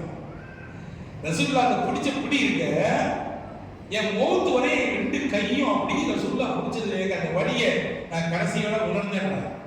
அப்படி தியாகமானவர், எதற்கும் சட்டென்று அணுகக்கூடியவர் கிடையாது, சட்டென்று மனதிலிருந்து இறங்கக்கூடியவர் கிடையாது, துணிச்சலா எதிர்கொள்வான். சில பேர் பாத்தீங்களா, எந்த காரியமானாலும் சரிதான், எடுத்த விஷயத்துல அவங்க ரொம்ப கவனமா இருப்பாங்க. எவ்வளவு பெரிய தடைகள் வந்தாலும் அதையெல்லாம் தாண்டி தங்கள் இலக்கை நோக்கி, தங்களுடைய டார்கெட்டை நோக்கி போய்கிட்டே இருப்பான். எந்த தலைகளை தான் தூக்கி போட்டு போயிட்டே இருப்பான். அந்த மாதிரியான சிந்தனையில கட்டுப்பட்டவங்க செய்யலாம் உமர்திக்கலாம். ஆனா இதை சொன்ன உடனே அப்படி குடிக்க அழுகிறாங்க. ரசூலுல்லாஹ் கை வச்சு ஃபிட் பண்ணி கொடுத்த அந்த கொலாவாச்சே, அதை நீங்க எடுத்து உருவி போட்டீங்களே சொன்ன உடனே உமர்தில்லாவுக்கு தாங்கல, கண்ணிலிருந்து தனியா ஊத்துது. அதற்கு அப்பாஸ் ரலியல்லாஹு கூப்பிட்டு சொன்னாங்க, அப்பாஸ் என்னை மன்னிச்சிரு, யா அம்மா ரசூலில்லாஹ், அல்லாஹ்வின் திருத்தூதருடைய சிறிய தகப்பனாரே, அஃப்வன் எனக்கு நீங்க மாப்பு தரணும், மன்னிப்பு தரணும், எனக்கு நீங்க மாப்பு தரணும், மன்னிப்பு தரணும். எங்கள் நாயகம் கைப்பட்டு வைத்த இடமானால் நான் அதை தொட்டு கூட பார்த்துக்க மாட்டேனே, எனக்கு தெரியாம போச்சே, இதுக்கு ஒரு பரிகாரம் நானே ஏற்படுத்துறேன். அதற்கு உமர் ரலியல்லாஹு அன்ஹு அப்பொழுது அவர்கள் ஹலீஃபா, இஸ்லாமியர்களின் தலைவர், ஒட்டுமொத்த அரபு சாம்ராஜ்யத்திற்கும் ஹலீஃபாவாக தலைமையாக இருக்கிறாங்க செய்தனா உமர் ரலியல்லாஹு அன்ஹு. எல்லாரும் கூடி இருக்கும் பொழுது செய்தனா அப்பாஸ் ரலியல்லாஹு அன்ஹு சொன்னாங்க, நான் குனிஞ்சு நிக்கிறேன், என் மேல நீங்க ஏறுங்க, ஏறி தூக்கி எறியப்பட்ட அந்த கொலாவை எடுத்து மறுபடியும் அந்த இடத்துல ஃபிட் பண்ணிக்கணும். ஹலீஃபா தான் என் மேல ஏறு, நான் செஞ்சதுக்கு இதுதான் பரிகாரம். நபி வச்சத தூக்கி எடுத்தறல்ல, அதுக்கு பரிகாரம் என்ன? குதிரைலாம் வேண்டாம், பெரிய அதை ஏறி நிற்பதற்கான எந்த சாதனம் வேண்டாம், நானே நிக்கிறேன், என் மேல ஏறுங்க, ஏறி ஃபிட் பண்ணுங்க. அதே மாதிரி செய்தனா உமர் ரலியல்லாஹு அன்ஹு ஹலீஃபா குடித்தார்கள். அவருக்கு மேலே ஹஜ்ரத் அப்பாஸ் ரலியல்லாஹு ரசூலுல்லாஹ்வுடைய ஸ்ரீதர்ப்பண ஏற்றார்கள். அங்கிருந்து உருவப்பட்ட அந்த கொலாவை மறுபடியும் அந்த இடத்திலேயே வைத்தார்கள். இந்த நிகழ்ச்சி நடந்து 1400 ஆண்டுகள் கடந்து விட்டது. இன்னைக்கும் நீங்க மதீனாவுக்கு போனா வாய்ப்பு இருந்தா பாருங்க, மதீனாவுக்குள்ளே ரசூலுல்லாஹ்வுக்கு சலாம் சொல்லக்கூடிய இடத்திலே அப்படியே பாபு சலாம் வழியாக உள்ளே நுழையும் பொழுது வலதுகை பக்கத்திலே நிறைய குர்ஆன் வசனங்கள் எழுதப்பட்டிருக்கும்.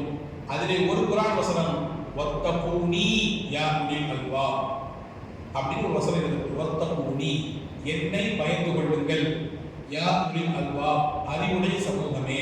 அல்லாஹ் சொல்றான். இந்த வத்தகூனி அப்படிங்கிறதுல அந்த நூனுக்கு அடுத்து யா பெருசா இருக்கும். அந்த யா மட்டும் துண்டா தெரியும். அந்த யாவுடைய அகலத்திற்கு, அந்த ரவுண்டுக்கு, அந்த ஸ்கொயர் டைப்ல அந்த ரவுண்ட, அந்த கொலா வச்ச இடத்தை அப்படி இன்னைக்கு வரைக்கும் அடைக்காம இருக்காங்க. ரசூலுல்லாஹ்வுடைய காலத்துக்கு ரலியல்லாஹு காலத்துக்கு பிறகு எத்தனையோ தடவை மதீனா ரெனோவேஷன் செய்யப்பட்டு விட்டது, பல தடவை புனர்நிர்மாணம் செய்யப்பட்டு விட்டது இல்லையா? ஆனா இத்தனை ஆண்டுகளுக்கு பிறகும் அந்த ஓட்டை அடைக்கப்படவே இல்லை. காரணம், அந்த ஓட்டையில் தான் ரசூலுல்லாஹி ஸல்லல்லாஹு அலைஹி வஸல்லம் கையால அந்த இடத்துல அந்த கொலாவை ஃபிட் பண்ணி கொடுத்தாங்கன்றதால அது ஒரு அடையாள சின்னமாக எதிர்வரும் கால மக்களுக்கு சஹாபாக்கள் எந்த அளவுக்கு நபி செய்த செயலை விரும்பினார்கள், அதற்கு மாற்றம் செய்வதற்கு அவர்கள் துளியில் எப்படி சம்மதம் தெரிவிக்கவில்லை அப்படிங்கிறத உலக அழிவு நாள் வரை வரக்கூடிய மக்கள் உணர வேண்டும் என்பதற்காக வேண்டி இன்னைக்கும் அது இருக்கு. அந்த வத்தகூனி, அந்த யா அப்படி சுத்தி வரும், அதுல ஒரு ரவுண்டா ரவுண்ட் இருக்கு. அந்த ரவுண்டு தான் அப்பாஸ் ரலியல்லாஹு வீட்டுல அதில் ரசூலுல்லாஹ் மாட்டி கொடுத்த அந்த கொலாவினுடைய அடையாளத்துக்கான அன்பான சகோதரர்களே, பெருமானார் ஸல்லல்லாஹு அலைஹி வஸல்லம் இப்படி அளவு கடந்து நேசித்தார்கள். அவர்கள் செய்த விஷயத்தை அப்படியே அங்கமாக கொஞ்சமும் சடையில்லாமல், கொஞ்சமும் மாற்றம் இல்லாமல் அப்படியே பின்பற்றக்கூடிய உயர்ந்த பக்குவத்தை சஹாபா பெருமக்கள் அவர்கள் பெற்றிருந்தார்கள். எனவே அந்த வாழ்க்கை வழிமுறை நம்மிடத்தில் வர வேண்டும் என்பதற்காக வேண்டித்தான் இப்படி இந்த ரபியுல் அவ்வல் மாதத்திலே உலகெங்கிலும் எல்லா இடத்திலையும் ரசூலுல்லாஹ் பற்றி பேசுறாங்க. தமிழகம் முழுவதும், தமிழகம் தாண்டி கடல் கடந்த நாடுகளிலும் பெருமானாருடைய புகழ் மாலை பாடப்படுகிறது. பல மொழி பேசுபவர்கள் பெருமானாரை ரபியுல் அவ்வல் மாசத்தில் நினைவு கூறுறாங்க. ரசூலுல்லாஹ்வுடைய வரலாறு மறுபடியும் மீட்டுருவாக்கம் செய்து ஒரு பசுமையான நினைவுகளோடு அந்த வரலாற்றுக்குள்ளே சென்று ரசூலுல்லாஹ் நமக்கு விட்டு சென்ற அந்த விஷயங்களை எடுத்துக்கிறாங்க. நமக்கும் ரசூலுல்லாஹ்வுக்குமான தொடர்பு என்ன? இங்கேயே முடிஞ்சு போயிருமா? கியாமத்து வரை தொடரக்கூடியது, இல்லை சொர்க்கத்திலும் தொடரக்கூடியது. அப்படித்தானங்க? சொர்க்கத்தில் ரசூலுல்லாஹ் தான் நமக்கு தலைவர். செய்த சௌவான் ரலியல்லாஹு ரசூலுல்லாஹ் வந்து கேட்டாங்க, யா ரசூலல்லாஹ், அல்லாஹ்வின் திருத்தூதரே, எனக்கான ஒரு விஷயத்தை நினைத்தா எனக்கு ரொம்ப கவலையா இருக்குது. என்ன சொல்லுவான்? திடீர்னு அழுது குலுங்கி அழுகிறீங்களே, என்ன காரணம்? சௌபான் ரலியல்லாஹு சொன்னாங்க, யா ரசூலல்லாஹ், இந்த உலகத்துல நாங்க நீங்க வாழ்ந்த காலத்துல வாழ்றோம், நீங்க வாழ்ற காலத்துல நாங்க வாழ்றது ஒரு பெரிய பாக்கியம். நினைச்சா உங்களை வந்து பார்க்கிறோம், நினைச்சா உங்களோட பேசிடுறோம், நினைச்சா உங்க சபையில உட்கார்ந்துருக்கோம். இப்ப நான் நினைச்சு பார்க்கிறேன், எங்களுக்கும் மௌத் இருக்கு, உங்களுக்கும் மரணம். எப்படியும் மரணம் என்பது நம்மை ஒரு நாள் பிரிக்கத்தான் போகிறது. எல்லாத்தையும் சேர்த்தே வச்சிருக்கோம் இல்ல, மரணம் எல்லாரையும் அப்படியே துண்டு துண்டாக பிரித்து விடும். அப்படித்தானே? மரணம் ஒன்றிணைந்ததை எல்லாம் அப்படியே ரெண்டு துண்டாக பல கூறுகளாக பிரித்து போட்டுவிடும். எனவே எங்களுக்கு மரணம் இருக்கிறது, உங்களுக்கு முடிவு இருக்கிறது. நான் மறுமையை நினைத்து பார்க்கிறேன். சௌபான் ரலியல்லாஹு சொன்னாங்க, இங்க எங்களுக்கு ஏதாவது ஒண்ணுனா ஓடி வந்து உங்க முகத்தை பார்த்துறோம், எங்களுக்கு எல்லா கவலையும் மறந்து போயிடும். எங்களுக்கு ஏதாவது ஒரு சந்தேகம்னா உங்களை வந்து பார்த்து கேட்கறோம், உங்க தீர்வு கிடைச்ச உடனே அப்படியே ஆனந்தமா போறோம். ஆனா நாளைக்கு மறுமையில நீங்க எங்க இருப்பீங்களோ நாங்க எங்க இருப்போம், உங்க அந்தஸ்து எங்க இருக்கும், உங்களுடைய அந்தஸ்து எங்க இருக்கும், எங்களுக்கு அல்லாஹ் சொர்க்கத்தை தந்தாலும் நாங்க எங்க அடியில கிடப்போம் தெரியலையே, எந்த கேட்டகரியில இருக்கும் எங்களுக்கு தெரியாது. உங்களுடைய கேட்டகரி ஆக உச்சம். நாங்க எனக்கு ஒரு சிந்தனை வருது, அது நினைச்சா என்னையால கட்டுப்படுத்திக்கவே முடியல. சொர்க்கத்துல உங்களை பார்க்கணும்னு எங்களுக்கு ஆசை வந்துச்சுன்னா நாங்க எங்க போய் பார்க்கறது, உங்களுக்கு பேசணும்னு எங்களுக்கு ஆசை வந்துச்சுன்னா நாங்க எங்க போய் பேசுறது, உங்கள் திருமுகத்தை காண வேண்டும் எங்களுக்கு தோன்றினால் எங்கே வந்து நாங்கள் அதை தேடுவது. இதை நினைக்கும் பொழுதெல்லாம் எனக்கு அழுக வருது. ஏன்னா எங்கள் உள்ளத்தின் அடியாளத்தில் உங்களின் முகப்பத் நிறைவாக இருக்குது. எங்கிட்டு போய் தேடுறது? அவ ஸல்லல்லாஹு அலைஹி வஸல்லம் அப்பதான் அல்லாஹ் தஆலா ஒரு வசனம் இறங்கினா, சூரத்துல் நிசாவுடைய ஒரு வசனம். அல்லாஹ் சொன்னா, வமை யுதில்லாஹ வ ரசூலஹு ஃபௌலாயிக மஅல்லதீன அன்அம அல்லாஹு அலைஹிம் மினன் நபிய்யீன வஸ்-சித்தீகீன வஷ்-ஷுஹதாஇ வஸ்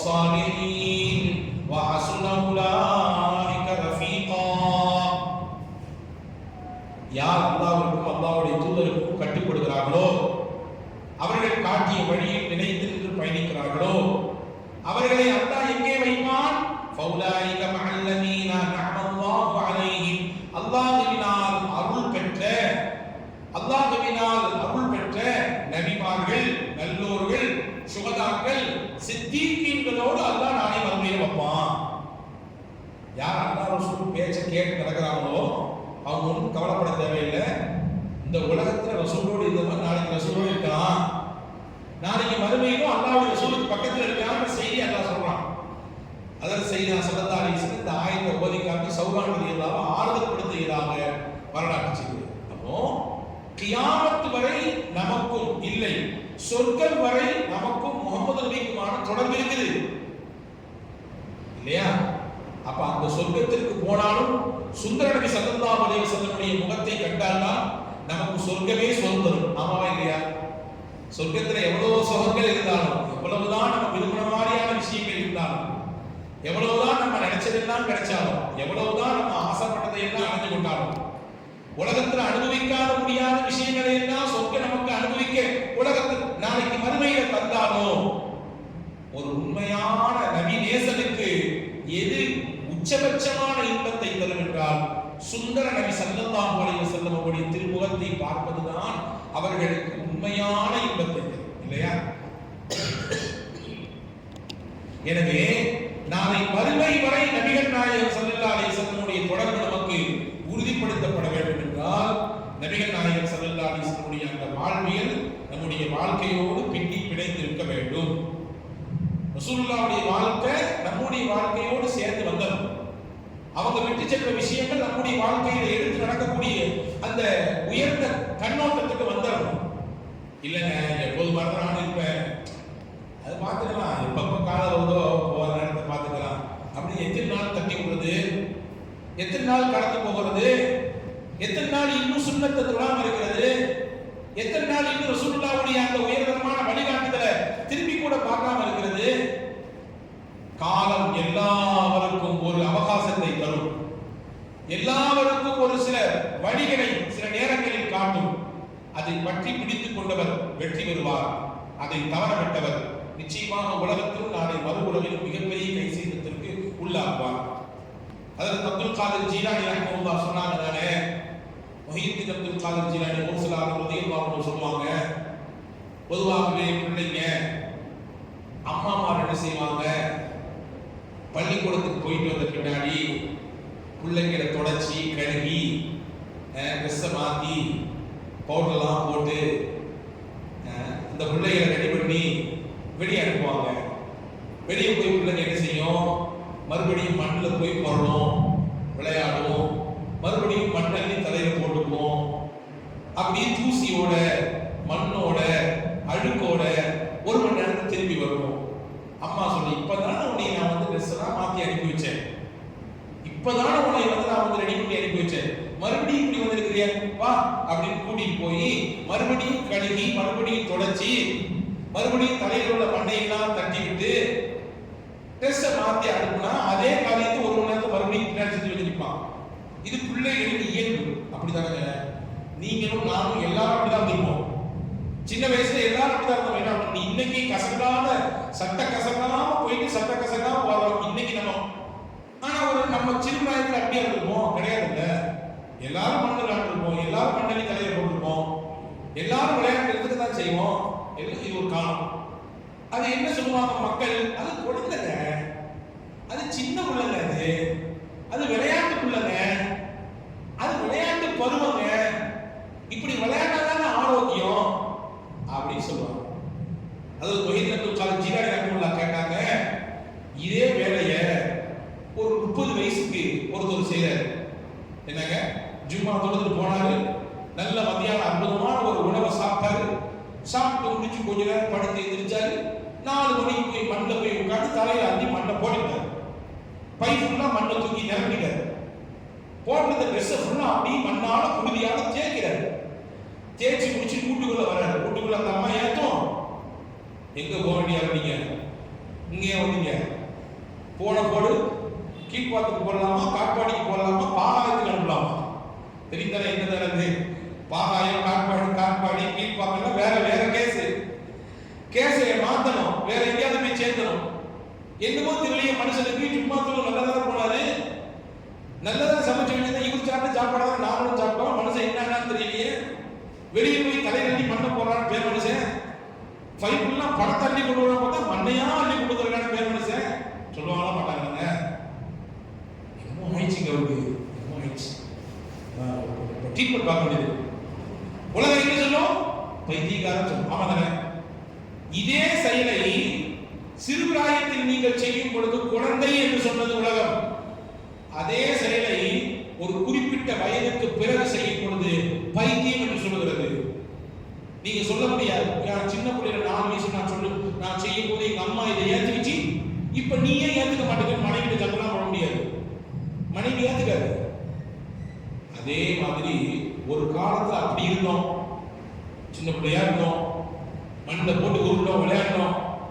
ஒரு காலத்துக்கு பின்னாடி நம்முடைய நிலையை மாத்திக்கிட்டோம். பிள்ளை விவரமாயிட்டாருங்க, சூதானமா இருக்காரு, பிள்ளை ரொம்ப பக்குவமா இருக்காரு, பேச்சுலாம் ரொம்ப மாறிடுச்சு, அவருடைய ஆக்டிவிட்டிஸ்லாம் ரொம்ப மாறிடுச்சு. மாஷா அல்லாஹ், பெரியவங்களுக்கு எவ்வளவு மரியாதை கொடுக்காரு, எவ்வளவு அன்பா உபசரிக்கிறாரு வரவங்களை. காலம் படிச்சு போன இடத்துல நல்ல அவருக்கு படிப்போடு சேர்த்து ஒழுக்கத்தையும் சொல்லி கொடுத்துருக்காங்க, மார்க்கத்தை தெரிஞ்சுக்கிறாரு, வெளியூர்ல போய் பட்டு திருத்தி நிறைய விஷயங்களை படிச்சுட்டாரு. மாறிட்டார் சொல்றமா இல்லையா? மாறணும், வாழ்க்கை என்றால் மாறணும். ஆனா 15 வயசு 20 வயசு தொடாம இருந்தேன், இப்ப எனக்கு 60 வயசு ஆச்சு, இப்போ அப்படிதாங்க. அதெல்லாம் மாத்திக்க முடியாது.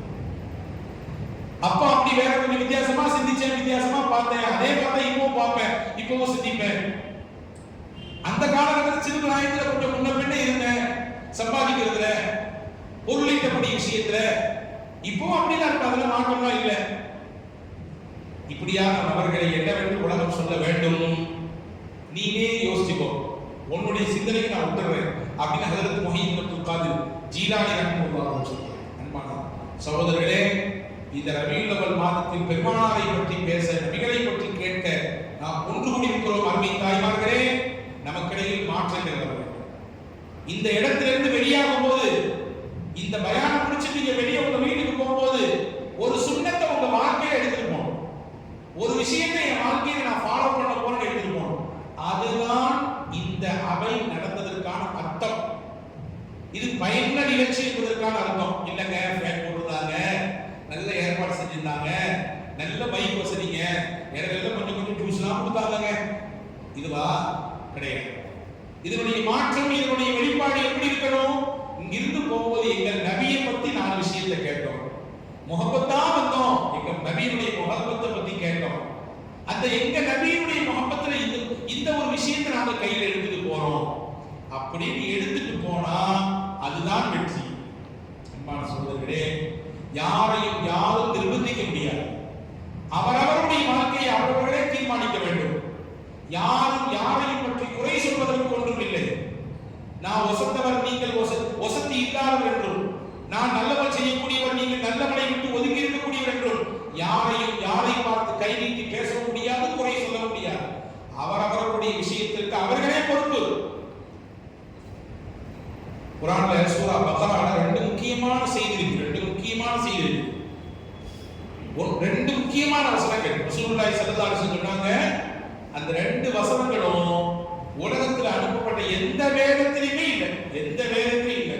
தௌராத்ல இல்ல, இன்ஜீல்ல இல்ல, ஜபூர்ல இல்ல, குர்ஆன்ல அந்த மாதிரி வசனம் வேற எதுவும் இல்லை. அப்படின்னா எது அது?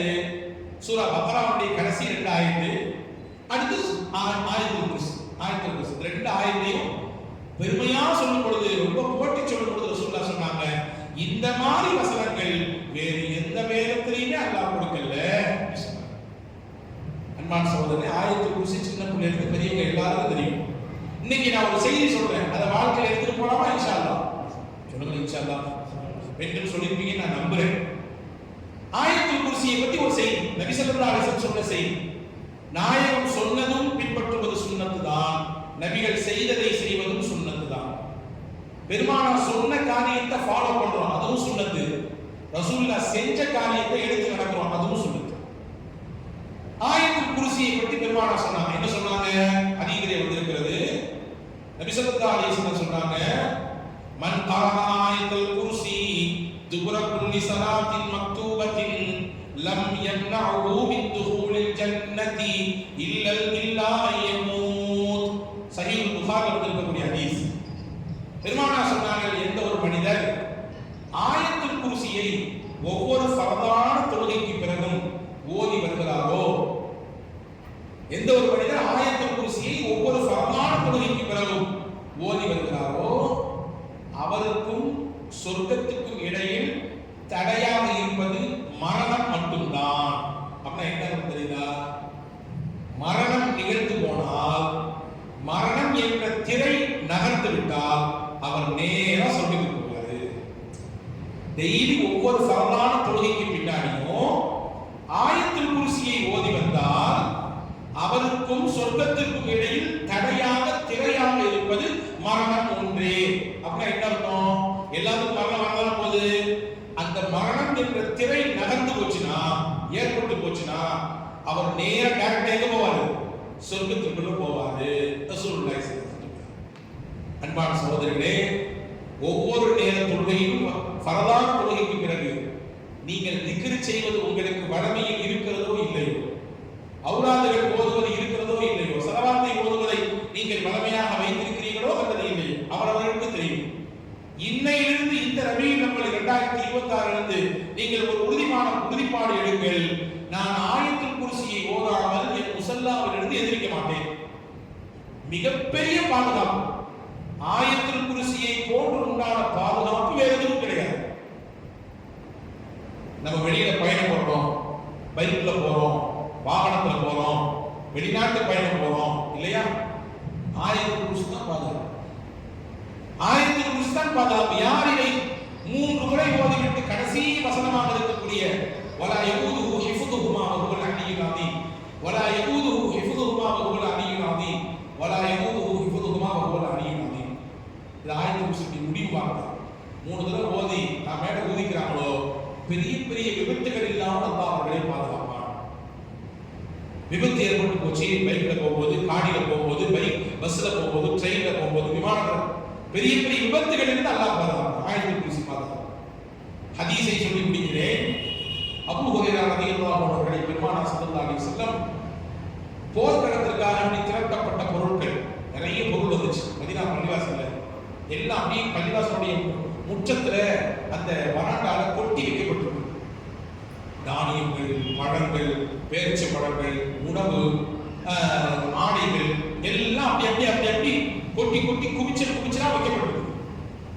ராத்திரி ஹஜ்ரத் அபூ ஹுரைரா ரலியல்லாஹு அன்ஹு சொல்லலாம், பார்த்துட்டு மெஹரானி பொறுப்பு நீங்க தான், கையாளர் யாரும் பண்ணக்கூடாது, யாரும் பண்ண மாட்டாங்க, இருந்தாலும் ஒரு பொறுப்பு ஒரு ஆள் போடணும்ல, பார்த்துக்க பத்திரமா அப்படின்னு சொன்னாங்க. அபூ ஹுரைரா ரலியல்லாஹு அன்ஹு அன்னைக்கு ராத்திரி காவல் காத்து கொண்டிருக்கும் போது திடீர்னு கொஞ்சம் கண்ணு அப்படி அசந்தாங்க. அந்த நேரத்தில் யாரோ ஒருத்தர் வந்துக்குள்ள நீ ஒன்னொன்னையா சாக்கு போட்டு அள்ளி கொண்டு விட்டான். எல்லாரும் கண்ணு முடிச்சு நேரம் போய் கையை முடிச்சிட்டாங்க. முடிச்சுட்டு சொன்னாங்க, யார் அண்ணியே உன்னை முதல்ல பார்த்ததே இல்லை, யார் நீங்க அப்படின்னு கேட்டாங்க. நான் தயவு செஞ்சு நான் உள்ள குடிக்காரன், வறுமை, ஏழ்மை, கஷ்டம், எனக்கு ரொம்ப சிரமம், குடும்பத்துல ஏதாவது கொஞ்சம் நினைச்சது கூட என் பிள்ளை குட்டிகளுக்கு சாப்பாடு கொடுப்பேன், ஏதாவது பசி ஆக்குவேன், என்னை விட்டுக்கிறேன், அதெல்லாம் ஒண்ணு பண்ண முடியாது. நாளை காலில் விடுஞ்சவங்களை சொல்ல கொண்டு போய் உடைய காமிச்சு தோலை ஊதி இருப்பாரு அப்படின்னு. ஐயோ என்னை விட்டுருங்க, தயவு செஞ்சு விட்டுருங்க, நீங்க இறக்கமான மனுஷன் தானே, நீங்க அனுபவம் என்னை விட்டுருங்களேன், இத்தோட விட்டுருங்களேன், நான் வரவே மாட்டேன் இனிமே. ரொம்ப கெஞ்சி கூத்தாடி கேட்டுக்கிட்டான். அபூ ஹுரைரா இறக்கப்பட்டு சரி போய் தொலை, பக்கமே உடைய பார்க்கலாம் போ அப்படிங்க போயிட்டு. 2வது நாள் அதே மாதிரி ஹஜ்ரத் அபூ ஹுரைரா அந்த பொறுப்பு அவங்களுக்கு தான் இருக்குது, கவனிச்சுட்டு இருந்தாங்க. அதே மாதிரி சாப்பிட்டு ஒரு அணி இருந்தான். 2வது நாள் பிடிச்சாங்க, குடி பார்த்தா அதே போவோம், நேற்று பார்த்தா அதே போவோம். ஏன் அடிக்க நேற்று வந்தாங்க நீ? ஆமா நான் தான் உன்னை நேரத்தை பிடிச்ச உடைய வெளுத்திருக்கணும், நான் உன்னை இறக்கப்பட்டு விட்ட பாரு, அதான் என் தப்பு. இன்னைக்கு விட மாட்டேன் பவனை, இன்னைக்கு விடவே மாட்டேன். உன்னை காலையில சொல்ல முன்னாடி கூட்டு போய் எல்லாத்துக்கும் நிப்பாட்டி வச்சு இதுக்கு என்ன பனிஷ்மெண்ட் வாங்கி தர போட மாட்டேன். மறுபடியும் அதே குமுறல், என்னை விட்டுருங்க, தயவு செஞ்சு விட்டுருங்க, நான் மறுபடியும் வரனா என்னுடைய ஏழ்மை பற்றி உங்களுக்கு தெரியலையா, என் கஷ்டத்தை உங்களுக்கு தெரியலையா, நான் எவ்வளவு வறுமையிலேயே எவ்வளவு பசினி பட்டு இருக்கேன், என் குடும்பம் எவ்வளவு கஷ்டப்படுறது உங்களுக்கு தெரியலையா, நீங்க அவ்வளவு தூரம் எனக்கு சொல்லியும் நான் நீங்க வந்திருக்கேன்னா திமிருக்கு வரல, என் குடும்பத்தினுடைய கஷ்டங்க அப்படின்னு ஒரு அழுகையை போட்டேன். மறுபடியும் அபூஹுரைராவுக்கு இறக்கம் வந்து போச்சு. போய் தர இதுதான் ஃபர்ஸ்ட் அண்ட் லாஸ்ட் பார்த்துக்கோ, இதோட முடிச்சுக்கணும் அப்படின்னு சொல்லி சிட்டா சொல்லி அனுப்பிட்டாங்க. அபூஹுரைரா ரலியல்லாஹு மூணாவது நாள் அதே மாதிரி அதே தோட்டத்துல அதே சாட்டுவை தூக்கிட்டு ஒருத்தர் வந்து அடிக்கிட்டுருக்கான். அபூஹுரைரா நல்ல இறுக்கமா பிடிச்சிட்டாங்க. நீ என்னதான் இன்னைக்கு அழுது கூப்பாடு விட்டாலும் உன்னை உள்ளதா இல்லை மகனே, உன்னை உள்ளதா இல்லை. இப்ப ட்ரிக்ஸை மாத்தினா வந்தவன், சரி சரி நீ என்னை விட மாட்டீங்க, நான் ஏதாவது உங்களுக்கு சொல்லி தரேன், என்னை மாதிரி எந்த பயனும் உங்க பக்கத்துல நிற்க முடியாது, ஒரே ஒரு விஷயம் சொல்லி தரேன், நீங்க அதை ஃபாலோ பண்ணுங்க, என்னை மாதிரி ஆட்கள்லாம் வரவே மாட்டாங்க, திருட்டு போயிட்டே வர மாட்டாங்க. இந்த மாதிரி வந்து இந்த இல்லீகலா வரக்கூடிய நபர்களே வரமாட்டாங்க. நான் சொல்றவங்களை நீங்க ஃபாலோ பண்றீங்களான்னு கேட்கறது. அபூஹுரைரா என்ன சொல்ற சொல்லு அப்படின்னா, டெய்லி ராத்திரி ஆயத்துல் குர்சி விட்டு ஓதிங்க தூங்கும்போது. உங்க பெட்டுக்கு போன உடனே என்ன செஞ்சீங்க, ஆயத்துல் குர்சியை ஒரு தடவை ஓதி மேலே இருந்து கீழே வரை ஊதிங்க உங்க மேல. அல்லாஹ் அந்த ராத்திரி ஃபுல்லா உங்களுக்கு பாதுகாத்துருவான். பெரிய பெரிய கஷ்டம் எல்லாம் பெரிய பெரிய நெருக்கடிலாம் உங்களுக்கு வராது. திருட்டு போய் வரமாட்டான், கொள்ளக்கார வரமாட்டான். அந்த மாதிரியான ஒரு தவறான சிந்தனை உள்ள ஆட்கள்லாம் உங்க பக்கத்துல நெருங்க முடியாது. அப்படியே ஆயத்துல் குர்சி அப்படி ஒரு பலன் கொடுக்கும். அப்படி யோசிச்சுட்டே இருக்கும் பொழுது கையை விட்டு ஓடிதான் தெரிஞ்சுட்டு, கையை உதறி தெரிவித்து ஓடிட்டான். அபூஹுரைராவுக்கு பெரிய ஏமாற்றமா போச்சு. ஒரு செய்தியை சொல்லி கொடுத்தாலும் அதை யோசிச்சுட்டு நம்மள்ட்ட கையை எஸ்ஆகி ஓடிட்டானே. மூணாவது நாள் ரசூலுல்லாஹி ஸல்லல்லாஹு அலைஹி வஸல்லம் ஹஜ்ரத் ரசூலுல்லாஹ் ஹஜ்ரத் அபூஹுரைரா அப்படி சொன்னாங்க. இந்த ஹதீஸுடைய வேற வழியில் போகுது. முதலாலே போய் ரசூலுல்லாஹ் சொன்னாங்க, அபூஹுரைரா நேற்று ஒருத்தர் வந்தான், இப்போ ரசூலுல்லாஹ் சொன்னாங்க சிரிச்சுக்கிட்டே வந்தானா, நாளைக்கு ஒழுங்கா பாருங்க. ரெண்டாவது நாளும் போய் சொன்னாங்க, யார் சொன்னா நீங்க நேற்று சொன்ன மாதிரியே வந்தான். அதற்கு ரசூலுல்லாஹ் சொன்னாங்க, வந்தானா இன்னைக்கு வருவான் அப்படியா வாங்க அப்படின்னு. மூணாவது நாள் வந்துட்டா தப்பி ஓடி போயிட்டான். மூணாவது நாள் முடிஞ்சு நாலாவது நாள் காலையில் ரசூலுல்லாஹ் போனா, என்ன நேற்று உங்களால் வந்தானா? ஆமா வந்தான். என்ன சொன்னா, கதை சொன்னானா? ஆமா கதை சொன்னான். யார் ரசூலுல்லாஹ் அதோட சேர்த்து இன்னொரு செய்தி சொன்னாங்க. என்ன செய்தி? ஆயத்துல் குர்சி ராத்திரி ஓதுனா பாதுகாப்பு அல்லாஹ் கொடுப்பானாமே, இந்த மாதிரியான முசீபத்துலாம் ஏற்படாதாமே, திருட்டு போயினா வரமாட்டானாமே. ரசூலுல்லாஹ் சிரிச்சுட்டே சொன்னாங்க, வஹுவ யஸ்துகு வஹுவ கதுபுன்.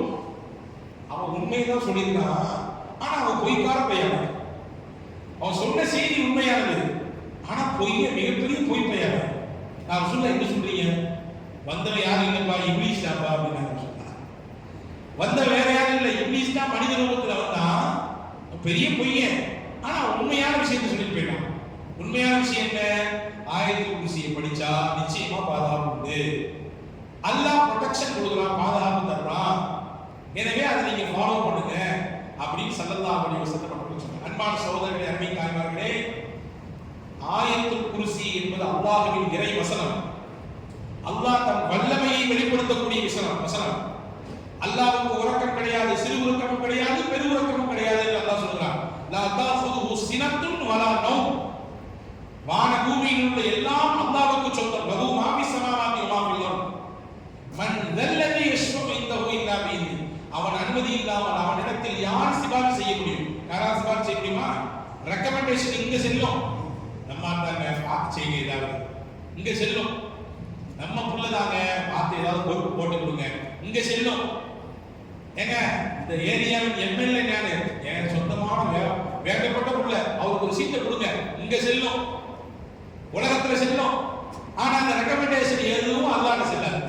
அல்லாஹ் கேட்கிறான், மன் யார் இருக்கிறார், அல்லதி யஷ்ஃபஉ இன்தஹு இல்லா பிஇذنஹு. அல்லாஹ்வின் அனுமதி இல்லாமல் அவனிடத்தில் யாரால் சிபாரிசு செய்ய முடியும்? நோ, கமெண்ட்ஸே கிடையாது, சிபாரிசே கிடையாது. அல்லாஹ் தன் வல்லமையை பேசக்கூடிய வசனம் ஆயத்துல் குர்சி. அதை ஓதினால் அல்லாஹ் ராத்திரி ஓதினால் பாதுகாப்பை தருவான். ஒவ்வொரு நாளும் ஃபரதான தொழுகைக்கு பிறகு ஓதினால் சொர்க்கத்தை நேரடியாக பெற்றுத் தருவதற்கு அந்த ஒரு அமல் போதும். ஒரு விஷயத்தை நீங்க மனசுல இருத்துங்க. அன்பு தாய்மார்களே, மனதில் உங்கள் ஆள் மனதை பதிய வையுங்கள். நிறைய குவான்டிட்டி குவாலிட்டி ரெண்டு வார்த்தை இருக்கு.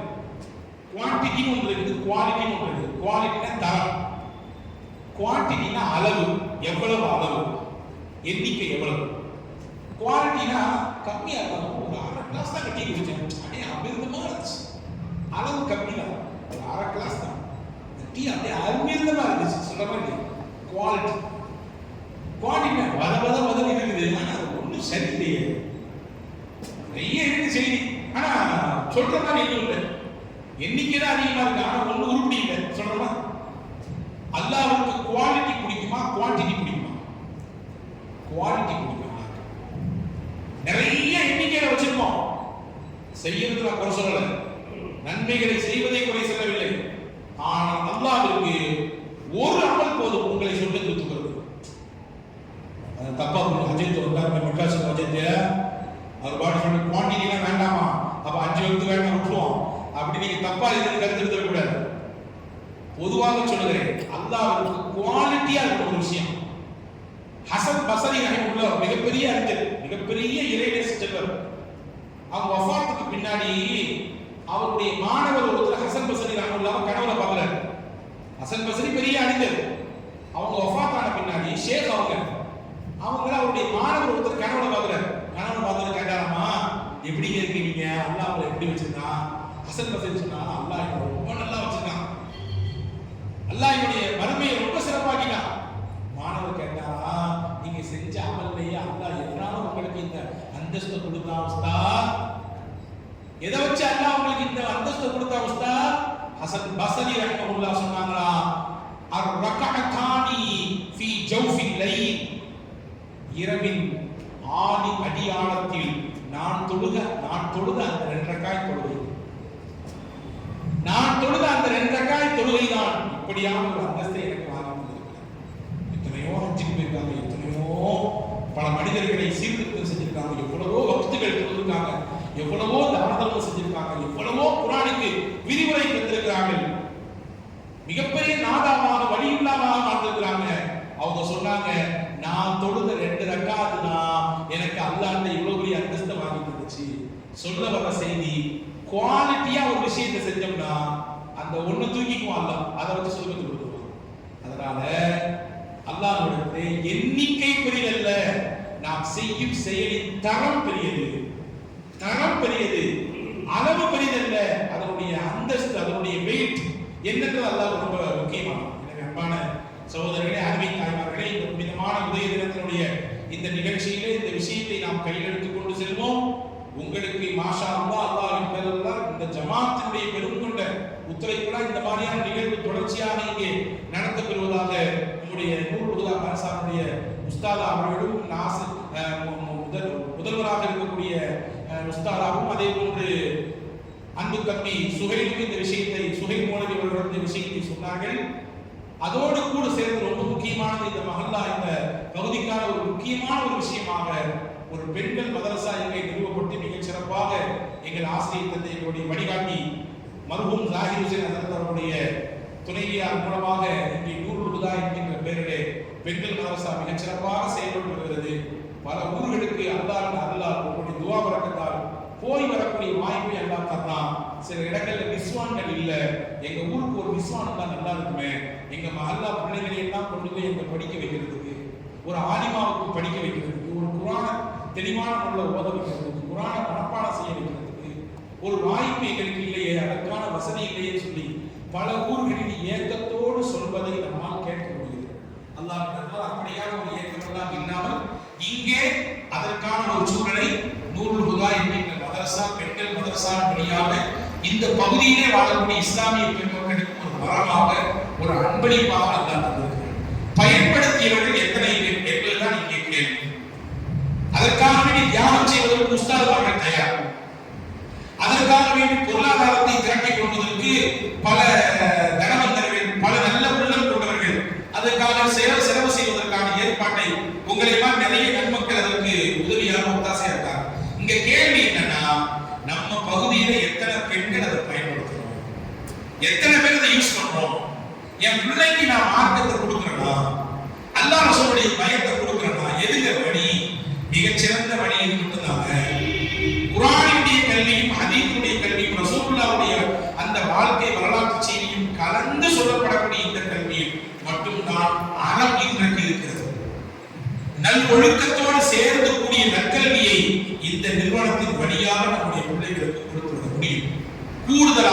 கூடுதலாக இறையச்சம் மிகுந்த ஒரு தாய் குல சமூகத்தை, ஒரு பெண்கள் சமூகத்தை உருவாக்க வேண்டும் என்றால் நிஸ்வான்கள் என்பது மிக மிக மிக மிக அத்தியாவசியம். எனவே அன்பான சகோதரர்களே, அருமை தாய்மார்களே, நீங்கள் உள்ளத்தால் உறுதி கொள்ளுங்கள். ஏதோ 10ஓடு 11 அத்தோடு இது ஒன்று வந்தோம் கேட்டோம் போயிட்டோம் அப்படின்னு இல்லாம இங்க இருக்கக்கூடிய நிஸ்வான் மதரசாவை நான் பயன்படுத்தினா என்னுடைய பங்களிப்பு என்ன?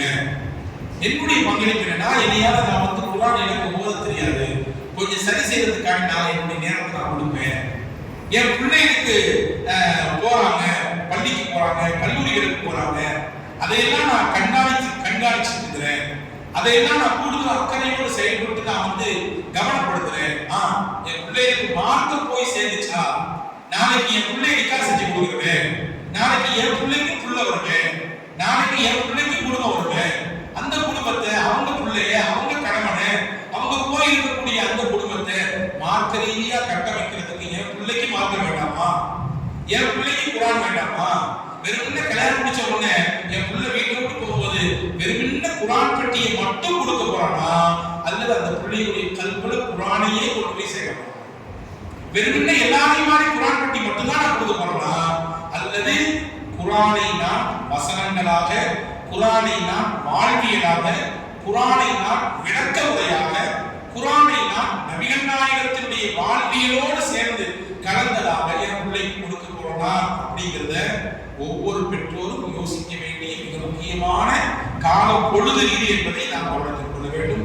ஏன்னா சுற்றி இருக்கக்கூடிய சூழல் எதுவுமே இன்னைக்கு இருக்கக்கூடிய காலகட்டத்தில் சரியில்லை என்று நான் சொல்ல மாட்டேன், நீங்களே சொல்வீர்கள். உங்களுடைய அந்த எண்ணம், உங்களுடைய அந்த உற்று நோக்கக்கூடிய விதமே அப்படித்தான் இருக்கிறது என்று புரிந்து கொள்ள முடியும். எனவே இந்த காலச்சூழலிலே இந்த மாதிரியான தீன் கல்வியை கொடுக்கக்கூடிய ஸ்தாபனங்களுக்கு கூடுதல் முக்கியத்துவம் கொடுக்க வேண்டியது மிக முக்கியம் என்பதை கவனத்தில் கொண்டு வரக்கூடிய நாட்களில் இந்த நூருல் ஹுதா நிஸ்வான் பெண்கள் மதரசாவை இந்த பகுதியிலே வாழக்கூடிய இஸ்லாமிய பெருமக்கள், தாய்மார்கள், சகோதரர்கள் நிறைவாக பயன்படுத்த வேண்டும். எல்லாம் வல்ல அல்லாஹ் அதற்கான நல்ல கிருபையை, பாக்கியத்தை நம் யாவருக்கும் வழங்கட்டுமாக. இந்த நிகழ்வின் வழியாக மிகச்சிறந்த மாற்றத்தை அல்லாஹ் நம்முடைய ஊருக்கு வழங்குவானாக, நம் மஹல்லாவுக்கு வழங்குவானாக. நபிகளை பற்றி பேசியதினாலே நபிகளுடைய பரக்கத்தை அல்லாஹ் நம் யாவருக்கும் தருவானாக. உயர்தரமான சுவனபதியாம் ஜன்னத்துல் ஃபிர்தௌஸிலே முஹம்மது ரசூலுல்லாஹ் ஸல்லல்லாஹு அலைஹி வஸல்லம் அவர்களோடு சேர்த்து சொர்க்கத்தில் இருப்பதற்கு நமக்கும், நம் பெற்றோர்களுக்கும், நமக்கு கல்வியை தந்த கல்வி கற்திறந்த உஸ்தாத்மார்களுக்கும், நம் முன்னேற்றத்திற்கு அடித்தளத்திலிருந்து இன்று வரை யாரெல்லாம் உதவியாக ஒத்தாசையாக இருக்கிறார்களோ அத்துணை நன்மக்களுக்கும், நம் சந்ததிகளுக்கும், நம்முடைய உறவுகளுக்கும், நம்முடைய இரத்தங்களுக்கும் அல்லாஹ் முழுமையாக வழங்கி அருள் புரிவானாக. அல்லாஹ் நம்மை இங்கே இணைத்ததை போன்று புனித மக்காவிலும் மதீனாவிலும் பைத்துல் முகத்தஸில் நாளை ஃபிர்தௌஸ் என்ற உயர்தரமான சொர்க்கத்திலும் நம்மையும், நம் பெற்றோர்களையும், நம்முடைய உஸ்தாத்மார்களிடத்தில் துஆவுக்காக வேண்டிய எல்லா மக்களையும் அல்லாஹ் ஒன்றிணைத்து அருள் புரிவானாக. வாழும் காலமெல்லாம் ஆரோக்கியத்தோடு வாழ்ந்து ஆரோக்கியத்தோடு இருப்பதற்கு அல்லாஹ் தௌஃபீக் தருவானாக. கடைசி வரை நம்முடைய கை கால்கள் செயல்பட்டுக் கொண்டே இருக்க வேண்டும். அந்த நிலையிலேயே நம்முடைய ஹயாத்தை அல்லாஹ் பாக்கியாக்குவானாக. கை கால்கள் எல்லாம் செயலிழந்து போய்விடாமல் அல்லாஹ் பாதுகாப்பானாக. நம் சொந்த தேவையை நாமே கடைசி வரை பூர்த்தியாக யாருடைய உதவியும் இல்லாமல் நிறைவேற்றுகிற அளவிற்கு அல்லாஹ் ஹயாத்தை அல்லாஹ் நமக்கு ஹயாத்தையும் ஆஃபியத்தையும் பரக்கத் செய்வானாக. ஆரோக்கியத்தில் சிஹத்தில் அல்லாஹ் பரக்கத் செய்வானாக. சலாமத்தில் அல்லாஹ் பரக்கத் செய்வானாக. நம்முடைய தொழிலில், நம்முடைய துறை, நம்முடைய வருமானத்தில், நம்முடைய உத்தியோகத்தில், நம்முடைய பயணங்களில், நம்முடைய எல்லா காரியங்களிலும், நம்முடைய பிள்ளைகளுடைய படிப்பில், கல்வியில், ஞானத்தில், நல்ஒழுக்கத்தில், சிறந்த பண்பில் அல்லாஹ் பரக்கத் செய்வானாக. குடும்பங்கள் எல்லா மகிழ்ச்சியையும், ஆனந்தத்தையும், சந்தோஷத்தையும் தருவானாக. நிம்மதியை தருவானாக. குழப்பத்தையும், கஷ்டங்களையும், நெருக்கடிகளையும், சண்டை சச்சரவுகளையும் விட்டு குடும்பங்களை அல்லாஹ் பாதுகாப்பானாக. மன முறிவுகளை விட்டு அல்லாஹ் பாதுகாப்பானாக. தலாக்குகளை விட்டு அல்லாஹ் பாதுகாப்பானாக. ஹுலாக்களை விட்டு அல்லாஹ் பாதுகாப்பானாக. ஒன்றிணைந்து யா அல்லாஹ் சமூகம் பயணிப்பதற்கு யா அல்லாஹ் நீ அல்லாஹ்வே நீ கிருபை செய்வாயாக.